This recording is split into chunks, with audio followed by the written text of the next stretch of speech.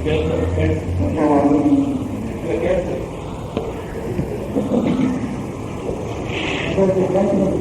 ದಿನ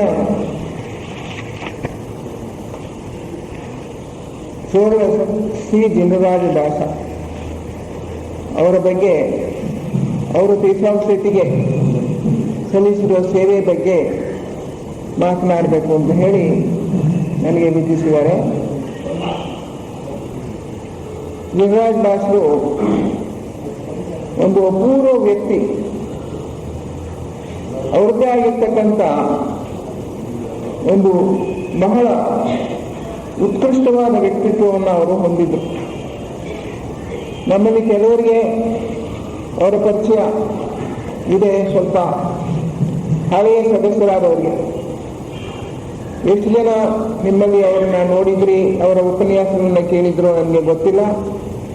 ಯಾರು ಆ ರೀತಿಯಾಗಿ ಅವ್ರನ್ನ ನೋಡಿದ್ರು, ಅವರ ಭಾಷಣಗಳನ್ನ ಕೇಳಿದ್ರು, ಅವರು ಅಡಿಯಾರಲ್ಲಿ ಹೇಗೆ ತಮ್ಮ ಅಧ್ಯಕ್ಷತೆ ಆ ಕಾಲದಲ್ಲಿ ಸೊಸೈಟಿನ ನಡೆಸ್ಕೊಂಡು ಹೋಗುವ ಅನ್ನೋದನ್ನ ನೋಡಿದ್ರು, ಅವ್ರನ್ನ ನಾವು ಮರೆಯೋದಕ್ಕೆ ಸಾಧ್ಯ ಇಲ್ಲ.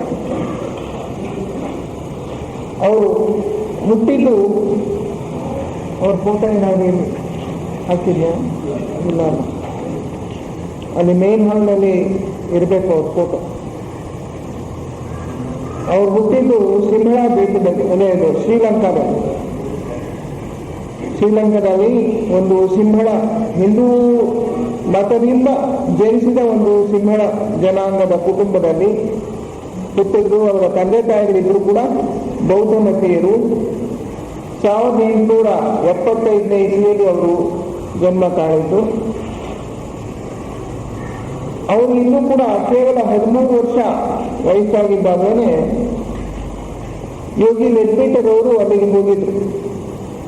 ಯೋಗಿ ಲೆಡ್ಬಿಟರ್ ಅವರು ಅಲ್ಲಿ ಹೋಗಿದ್ದಾಗ ಈ ಹುಡುಗನನ್ನ ನೋಡಿ ಅವರಿಗೆ ಪೂರ್ವ ಜನ್ಮದಲ್ಲಿ ತನ್ನ ಸಹೋದರನಾಗಿದ್ದ ವಿಷಯ ಗೊತ್ತಾಯಿತು. ಅವ್ರಿಗೆ ಸ್ವತಃ ಲೆಡ್ಬಿಟರ್ ಅವರಿಗೆ ಯೋಗ ದೃಷ್ಟಿ ಇತ್ತು. ಹಿಂದಿನ ಜನ್ಮದಲ್ಲಿ ತನ್ನ ಸಹೋದರನಾಗಿದ್ದ ಈ ಹುಡುಗ ಆಧ್ಯಾತ್ಮಿಕ ಪ್ರಗತಿಯಲ್ಲಿ ಬಹಳ ಮುಂದೆ ಹೋಗಿರ್ತಕ್ಕಂಥ ಅನ್ನೋದು ಅವರಿಗೆ ಯೋಗ ದೃಷ್ಟಿಯಿಂದ ಗೊತ್ತಾಯಿತು. ಅವರು ಜಿನರಾಜ ದಾಸರ ತಂದೆ ತಾಯಿಗಳ ಅಪ್ಪಣೆಯನ್ನ ಪಡೆದು ಆ ಹುಡುಗನನ್ನ ತಮ್ಮ ಜೊತೆಯಲ್ಲಿ ಕರ್ಕೊಂಡು ಹೊರಟ್ಬಿಟ್ರು ಇಂಗ್ಲೆಂಡಿಗೆ, ಅವನಿಗೆ ವಿದ್ಯಾಭ್ಯಾಸ ಮಾಡಿಸೋದಕ್ಕೆ ಅಂತ ಹೇಳಿ. ಹೀಗೆ ಲೆಡ್ಬಿಟರ್ ಅವರು ಹಲವಾರು ಯುವಕರನ್ನ ತಮ್ಮ ನೇತೃತ್ವದಲ್ಲಿ ಶಿಕ್ಷಣ ಕೊಟ್ಟು ಮುಂದಕ್ಕೆ ತಂದಿದ್ದಾರೆ. ಜೆ ಕೃಷ್ಣಮೂರ್ತಿಗಳನ್ನು ಕೂಡ ಯೋಗಿ ಲೆಡ್ಬಿಟರ್ ಅವರೇ ಅವರು ಮುಂದೆ ಒಬ್ಬ ದೊಡ್ಡ ಆಧ್ಯಾತ್ಮಿಕ ನಾಯಕನಾಗ್ತಾನೆ ಅಂತ ಹೇಳಿ ಗುರುತಿಸಿ ಚಿಕ್ಕ ವಯಸ್ಸಿನಲ್ಲೇ ಅವನ ಪಾಲನೆಯನ್ನ ಡಾಕ್ಟರ್ ಬೆಜಂತ್ರು ಮತ್ತು ಲೆಡ್ಬಿಟರ್ ಅವರು ವಹಿಸಿಕೊಂಡ್ರು. ಮತ್ತ ಇನ್ನೂ ಅನೇಕ ಯುವತಿಯರನ್ನ ಅವರು ಸ್ವತಃ ಶಿಕ್ಷಣ ಕೊಟ್ಟು ಥಿಯೋಸಾಫಿಕಲ್ ಸೊಸೈಟಿಗೆ ಅದರ ಸೇವೆಗೆ ಸಿದ್ಧ ಮಾಡಿಕೊಟ್ಟಿದ್ದಾರೆ. ಈ 13ನೇ ವಯಸ್ಸಿನಲ್ಲಿ 13 ವಯಸ್ಸುಗಳಾಗಿದ್ದಾಗ ಅವರು ಲೆಡ್ಬಿಟರ್ ಅವ್ರನ್ನ ಭೇಟಿ ಮಾಡಿದ 1 ವರ್ಷದೊಳಗೇನೆ ಅವ್ರ ಜೊತೆಯಲ್ಲಿ ಇವರು ಲಂಡನ್ಗೆ ಹೋದರು ಜಿನರಾಜ ದಾಸರು. ಅಲ್ಲಿ ಅವರಿಗೆ ಆಕ್ಸ್ಫರ್ಡ್ ಯೂನಿವರ್ಸಿಟಿ, ಕೇಂಬ್ರಿಡ್ಜ್ ಯೂನಿವರ್ಸಿಟಿಯಲ್ಲಿ ವಿದ್ಯಾಭ್ಯಾಸ ಆಯಿತು. ಅವರು ಪೀಸ್ ಸೊಸೈಟಿಗೆ ಇನ್ನೂ 18 ವರ್ಷ ವಯಸ್ಸಾಗಿದ್ದಾಗ ಸೇರ್ಕೊಂಡ್ಬಿಟ್ರು. ಅವ್ರಿಗೆ 18ನೇ ವಯಸ್ಸಿನಲ್ಲಿ 1893 ಮಾರ್ಚ್ 14ನೇ ತಾರೀಕು ಅವರು ಪೀಸ್ ಸೊಸೈಟಿಗೆ ಸದಸ್ಯರಾಗಿ ಸೇರ್ಕೊಂಡ್ರು ಜಿನರಾಜ ದಾಸ್. 1896 ಆ ಇಸ್ವಿಯಲ್ಲಿ ಅಂದ್ರೆ ಅಷ್ಟೊತ್ತಿಗೆ ಅವರಿಗೆ 21 ವರ್ಷ ಆಗಿರುತ್ತೆ. ಆವಾಗ ಸೈಂಟ್ ಜಾನ್ಸ್ ಕಾಲೇಜ್ ಕೇಂಬ್ರಿಡ್ಜ್ ನಲ್ಲಿ ಸೇರ್ಕೊಂಡು ಸಂಸ್ಕೃತ ಮತ್ತು ಫೈಲಾಲಜಿ ಈ 2 ಸಬ್ಜೆಕ್ಟ್ಸ್ ನಲ್ಲಿ MA ಮಾಡಿದ್ರು. ಅವರಿಗೆ MA ಪದವಿ ಸಿಕ್ಕಿದ್ದು 1900 ಇಸ್ವಿ, ಅಂದ್ರೆ ಅಷ್ಟೊತ್ತಿಗೆ 25 ವರ್ಷ ಆಗಿದೆ. ಅನಂತರ ಅವರು ಸ್ಟೇಟ್ ಲಾ ಪರೀಕ್ಷೆಯನ್ನು ಕೂಡ ಪಾಸ್ ಮಾಡಿಕೊಂಡು ಕಾಲೇಜಿನಲ್ಲಿ ಇದ್ದಾಗ ಇವಾಗ ಕಿಂಗ್ ಸ್ಪೋರ್ಟ್ಸ್ ಮನ್ ಅಂತ ಬರೆದಿದ್ದಾರೆ. ಅಂದ್ರೆ ಆಟಗಳ ಅಲ್ಲಿ ಬಹಳ ಆಸಕ್ತಿಯಿಂದ ಭಾಗವಹಿಸ್ತಾ ಇದ್ರು. ಒಂದ್ಸಲ ಅವ್ರ ಕಾಲೇಜಿನ ಬೋಟಿಂಗ್ ಸ್ಪರ್ಧೆಯಲ್ಲಿ ಅವರು ಕೂಡ ಅದರ ಕಾಕ್ಸ್ ಆಗಿ ಭಾಗವಹಿಸಿದ್ರು ಅಂತ ಹೇಳಿ. ಅಲ್ಲಿಂದ MA ಪಾಸ್ ಮಾಡಿದ ಮೇಲೆ ಸಿಂಹಳಕ್ಕೆ ವಾಪಸ್ ಬಂದರು. ಲಂಕಾಗೆ ವಾಪಸ್ ಬಂದ ಮೇಲೆ ಅಲ್ಲಿ ಆನಂದ ಕಾಲೇಜ್ ಅಂದ್ಬಿಟ್ಟು ಸಿಲ್ಲೋರ್ನಲ್ಲಿ ಅದು ವೈಸ್ ಪ್ರಿನ್ಸಿಪಾಲ್ ಆಗಿ 2 ವರ್ಷ ಕೆಲಸ ಮಾಡಿದ್ರು. ಅನಂತರ ಅವರು ಪ್ರಾಯಶಃ ಇಂಡಿಯಾಗೆ ಬಂದ್ಬಿಟ್ಟಿರಬೇಕು. ಅಲ್ಲಿ ಪೀಸ್ ಆಫ್ ಸೊಸೈಟಿಯ ಕೆಲಸಕ್ಕೆ ತಮ್ಮನ್ನು ತಾವು ಸಂಪೂರ್ಣವಾಗಿ ಅರ್ಪಣೆ ಮಾಡ್ಕೊಂಡ್ಬಿಟ್ರು. ಡಾಕ್ಟರ್ ಬೆಸೆಂಟ್ರಿಗೆ ಇವರಿದ್ದಕ್ಕೂ ಕೂಡ ಲೈಕ್ ಅ ಪರ್ಸನಲ್ ಸೆಕ್ರೆಟರಿ, ಅವರ ವೈಯಕ್ತಿಕ ಸೆಕ್ರೆಟರಿಯಾಗಿ ಅವ್ರಿಗೆ ಬೇಕಾದಂಥ ಕೆಲಸಗಳನ್ನ ಮಾಡ್ಕೊಡೋದು, ಯಾವಾಗಲೂ ಅವ್ರ ಜೊತೆಯಲ್ಲಿ ಇರ್ತಕ್ಕಂಥದ್ದು, ಅವ್ರು ಏನು ಕೆಲಸ ಹೇಳಿದ್ರೆ ಆ ಕೆಲಸವನ್ನು ಅವರು ಮಾಡ್ತಾ ಇದ್ರು. He was the vice president of the Peace Society and Dr. Besant was president. 17 ವರ್ಷಗಳ ಕಾಲ 1921ನೇ ಇಸ್ವಿಯಿಂದ 38ನೇ ಇಸ್ವಿವರೆಗೂ ಕೂಡ ಡಾಕ್ಟರ್ ಬೆಸೆಂಟ್ರು ಆ ಕಾಲದಲ್ಲಿ ಪೀಸ್ ಸೊಸೈಟಿಯ ಪ್ರೆಸಿಡೆಂಟ್ ಆಗಿದ್ರು. ಜೀವರಾಜ್ ದಾಸರು ಅವರಿಗೆ ವೈಸ್ ಪ್ರೆಸಿಡೆಂಟ್ ಆಗಿ ಕೆಲಸ ಮಾಡ್ತಾ ಇದ್ರು. ಅದರಲ್ಲಿ 3 ವರ್ಷಗಳ ಕಾಲ 30ರಿಂದ 32ವರೆಗೂ ಅಡಿಯಾರ್ ಲೈಬ್ರರಿಯ ಡೈರೆಕ್ಟರ್ ಆಗಿ ಕೂಡ ಕೆಲಸ ಮಾಡಿದ್ದಾರೆ. ಅವರು ಅನೇಕ ಪುಸ್ತಕಗಳನ್ನ ಬರೆದಿದ್ದಾರೆ. ಸಣ್ಣ ಸಣ್ಣ ಪುಸ್ತಕಗಳು, ಒಂದೆರಡು ದೊಡ್ಡ ಪುಸ್ತಕಗಳನ್ನು ಬರೆದಿದ್ದಾರೆ. ಅವರ ಈ ಒಂದು ಬಹಳ ಉನ್ನತ ಮಟ್ಟದ ಕೃತಿಗಳು ಇವು. ಅದಕ್ಕೋಸ್ಕರ ಅವರಿಗೆ ಟಿ ಸುಬ್ರಾವ್ ಮೆಡಲ್ ಅನ್ನ ಕೂಡ ಕೊಟ್ಟಿದ್ದಾರೆ. ಪೀಸ್ ಆಫ್ ಸೊಸೈಟಿಯಲ್ಲಿ 1913ನೇ ಇಸ್ವಿಯಲ್ಲಿಯೇ ಕೊಟ್ಟಿದ್ದಾರೆ. ಅಂದ್ರೆ ಅವ್ರಿಗಿನ್ನೂ ಆಗ ಕೇವಲ 38 ವರ್ಷ. ಆಗಲೇ ಅವರಿಗೆ ಟಿ ಸುಬ್ರಾವ್ ಮೆಡಲ್ ಅನ್ನೋದು ಬಹಳ ಗೌರವಾನ್ವಿತವಾಗಿರ್ತಕ್ಕಂಥ ಒಂದು ಪುರಸ್ಕಾರ ಪೀಸ್ ಆಫ್ ಸೊಸೈಟಿಯಲ್ಲಿ. ಈಚೆಗೆ ಅದು ಕೈಮಿಡಿಯವರಿಗೆ ಕೊಟ್ಟರು ಅಂತ ಕಾಣಿಸುತ್ತೆ. ಆ ಒಂದು ಮೆಡಲ್ ಅನ್ನು ಅವ್ರಿಗೆ ಕೊಟ್ಟಿದ್ರು. ಕನ್ವೆನ್ಷನ್ ಲೆಕ್ಚರ್ಸ್ ಕೂಡ ಅವರು ಅನೇಕ ಸಲ ಕೊಟ್ಟಿದ್ದಾರೆ. 7 ವರ್ಷಗಳ ಕಾಲ ಡಾಕ್ಟರ್ ಬೆಸೆಂಟ್ರು ಅಧ್ಯಕ್ಷತೆ ಬಿಟ್ಟ ಮೇಲೆ, ಅವರು ಸತ್ತೋದ ಮೇಲೆ GS ಅರುಣ್ಮೇಲ್ರವರು ಅಧ್ಯಕ್ಷರಾದರು. GS ಅರುಣ್ಮೇಲ್ರವರ ಮರಣದ ನಂತರ ಅದರ ಮುಂದಿನ ಅಧ್ಯಕ್ಷರಾಗಿ ಜೀವರಾಜ್ ದಾಸರು ಆಯ್ಕೆಯಾದರು. ಅವರು 7 ವರ್ಷಗಳ ಕಾಲ ಮಾತ್ರ ಪೀಸ್ ಆಫ್ ಸೊಸೈಟಿಯ ಅಧ್ಯಕ್ಷರಾಗಿದ್ದರು. ಪೀಸ್ ಆಫ್ ಸೊಸೈಟಿಯ ಅಧ್ಯಕ್ಷರ ಬಿಟ್ಟುಕೊಟ್ಟ ತಕ್ಷಣ ಕೆಲವು ತಿಂಗಳಲ್ಲೇ ಸತ್ತರು. 46ನೇ ಇಸ್ವಿಯಿಂದ 53ನೇ ಇಸ್ವಿ ಅಧ್ಯಕ್ಷ ಚುನಾವಣೆ, ಅಧ್ಯಕ್ಷ ಸ್ಥಾನ ಇರೋದೇ 7 ವರ್ಷಗಳ ಕಾಲ. 7 ವರ್ಷಕ್ಕೊಂದ್ಸಲ ಚುನಾವಣೆ ನಡೆಯುತ್ತೆ. ಆ ಅಧ್ಯಕ್ಷರಾದವರು 7 ವರ್ಷಗಳ ಕಾಲ ಅಧಿಕಾರದಲ್ಲಿರ್ತಾರೆ. ಹೀಗೆ 46ನೇ ಇಸ್ವಿಯಲ್ಲಿ ಅವರಿಗೆ ಚುನಾವಣೆ ಆಯಿತು. 53ನೇ ಇಸ್ವಿವರೆಗೂ ಕೂಡ ಅವರು ಪ್ರೆಸಿಡೆಂಟ್ ಆಗಿದ್ದು, ತಮ್ಮ ಕಾಲಾವಧಿ 7 ವರ್ಷ ಮುಗಿದ ಕೂಡಲೇ ಮುಂದಿನ ಪ್ರೆಸಿಡೆಂಟ್ ಆಗಿ ಶ್ರೀರಾಮರವರು ಚುನಾಯಿತರಾಗಬೇಕು ಅಂತ ಹೇಳಿ ಅವರ ಹೆಸರನ್ನ ಸೂಚಿಸಿಬಿಟ್ಟು ಅವರ ಎಲೆಕ್ಷನ್ ಆಯಿತು. ಶ್ರೀರಾಮರವರು ಅಧ್ಯಕ್ಷರು ಕೂಡ ಅವರು ಇನ್ನು ಜೀವರಾಜ್ ದಾಸರು ಬದುಕಿರುವಾಗಲೇ ಅದಾದ ಕೆಲವು ತಿಂಗಳಲ್ಲಿ ಅವರು ಪ್ರಾಣ ಬಿಟ್ಟರು. ಹೀಗೆ ತಮ್ಮ ಅಧಿಕಾರ ಕಾಲದಲ್ಲಿಯೇ ಪ್ರೆಸಿಡೆಂಟ್ ತಮ್ಮ ಬದುಕಿರುವಾಗಲೇ ಪ್ರೆಸಿಡೆಂಟ್ಶಿಪ್ ಅನ್ನು ಬಿಟ್ಟುಕೊಟ್ಟಿದ್ದು. ಇದುವರೆಗೂ ಕೂಡ ಪೀಸ್ ಆಫ್ ಸೊಸೈಟಿಯಲ್ಲಿ ಜೀವರಾಜ್ ದಾಸರು ಒಬ್ಬರೇ. ಉಳಿದವರೆಲ್ಲರೂ ಕೂಡ ಆ ಸಭೆಯಲ್ಲಿ ಇದ್ದುಕೊಂಡೇ ಪ್ರಾಣ ಬಿಟ್ಟಿದ್ದಾರೆ. ಆಲ್ಕಾಟು ಅಧ್ಯಕ್ಷರಾಗಿ ಮರಣ ಹೊಂದಿದ್ರು. ಆನಿ ಬೆಸೆಂಟ್ರು ಅವರು ಸಾಯೋವರೆಗೂ ಕೂಡ ಅವರು ಅಧ್ಯಕ್ಷರಾಗಿದ್ರು. GS ಅರುಣ್ಮೇಲ್ರು ಹಾಗೆ ಇದ್ರು. ರಾಜ ಆಮೇಲೆ ಬಂದವರು ಅವ್ರನ್ನ ಎಲ್ಲರೂ ಕೂಡ ರಾಜ ಅಂತ ಕರೀತಾ ಇದ್ರು. ಜೀವರಾಜ್ ದಾಸ ಅನ್ನೋ ಹೆಸರಿಗಿಂತ ಬ್ರದರ್ ರಾಜ, ಸೋದರ ರಾಜ ಅಂತ ಅವ್ರನ್ನ ಕರೆಯೋದೇ ಅವ್ರಿಗೆ ಪ್ರಿಯವಾಗಿತ್ತು. ಯಾರಾದ್ರೂ ಜೀವರಾಜ್ ದಾಸ ಅಂತ ಕರೆದ್ರೆ ಬೇಡ ನನ್ನನ್ನು ರಾಜ ಅಂತ ಕರೀರಿ ಅಂತ ಹೇಳ್ಬಿಡೋರು. ಅವರು ರಾಜ 7 ವರ್ಷ ಕಾಲ ಮಾತ್ರ ಪ್ರೆಸಿಡೆಂಟ್ ಆಗಿದ್ರು. ಅದನ್ನ ತಾವಿರುವಾಗಲೇ ತಮ್ಮ ಉತ್ತರಾಧಿಕಾರಿಯನ್ನು ಆರಿಸಿ ಅವರಿಗೆ ತಮ್ಮ ಪಟ್ಟವನ್ನು ಬಿಟ್ಟುಕೊಟ್ಟಂಥವರು ಜೀವರಾಜ್ ದಾಸರು ಒಬ್ಬರೇ. ಅನಂತರ ಶ್ರೀರಾಮರವರು ಬಂದರು. ಇವರಾದ್ಮೇಲೆ ಅವರು ಕೂಡ ಸಾಯೋವರೆಗೂ ಅಧ್ಯಕ್ಷರಾಗಿದ್ದರು. ಅನಂತರ ಈಗ ರಾಧಾಪೂರ್ಣಿ ಅಧ್ಯಕ್ಷರಾಗಿದ್ದಾರೆ. ಹೀಗೆ ಪೀಸ್ ಆಫ್ ಸೊಸೈಟಿಯ ಅಧ್ಯಕ್ಷರಾಗಿ ಬಹಳ ಉನ್ನತ ಮಟ್ಟದ ಸೇವೆಯನ್ನ ಸಲ್ಲಿಸಿದಂಥವರಲ್ಲಿ ರಾಜ ಕೂಡ ಒಬ್ರು. ಇವರದ್ದು ಬಹುಮುಖ ವ್ಯಕ್ತಿತ್ವ ಅಂತ ಹೇಳಬೇಕು. ಅವ್ರಿಗೆ ಅನೇಕ ಭಾಷೆಗಳು ಬರ್ತಾ ಇದ್ವು. English, French, Spanish, Portuguese, Italian, ಈ ಎಲ್ಲ ಭಾಷೆಗಳಲ್ಲೂ ಕೂಡ ಅವರು ಪರಿಣಿತರಾಗಿದ್ರು.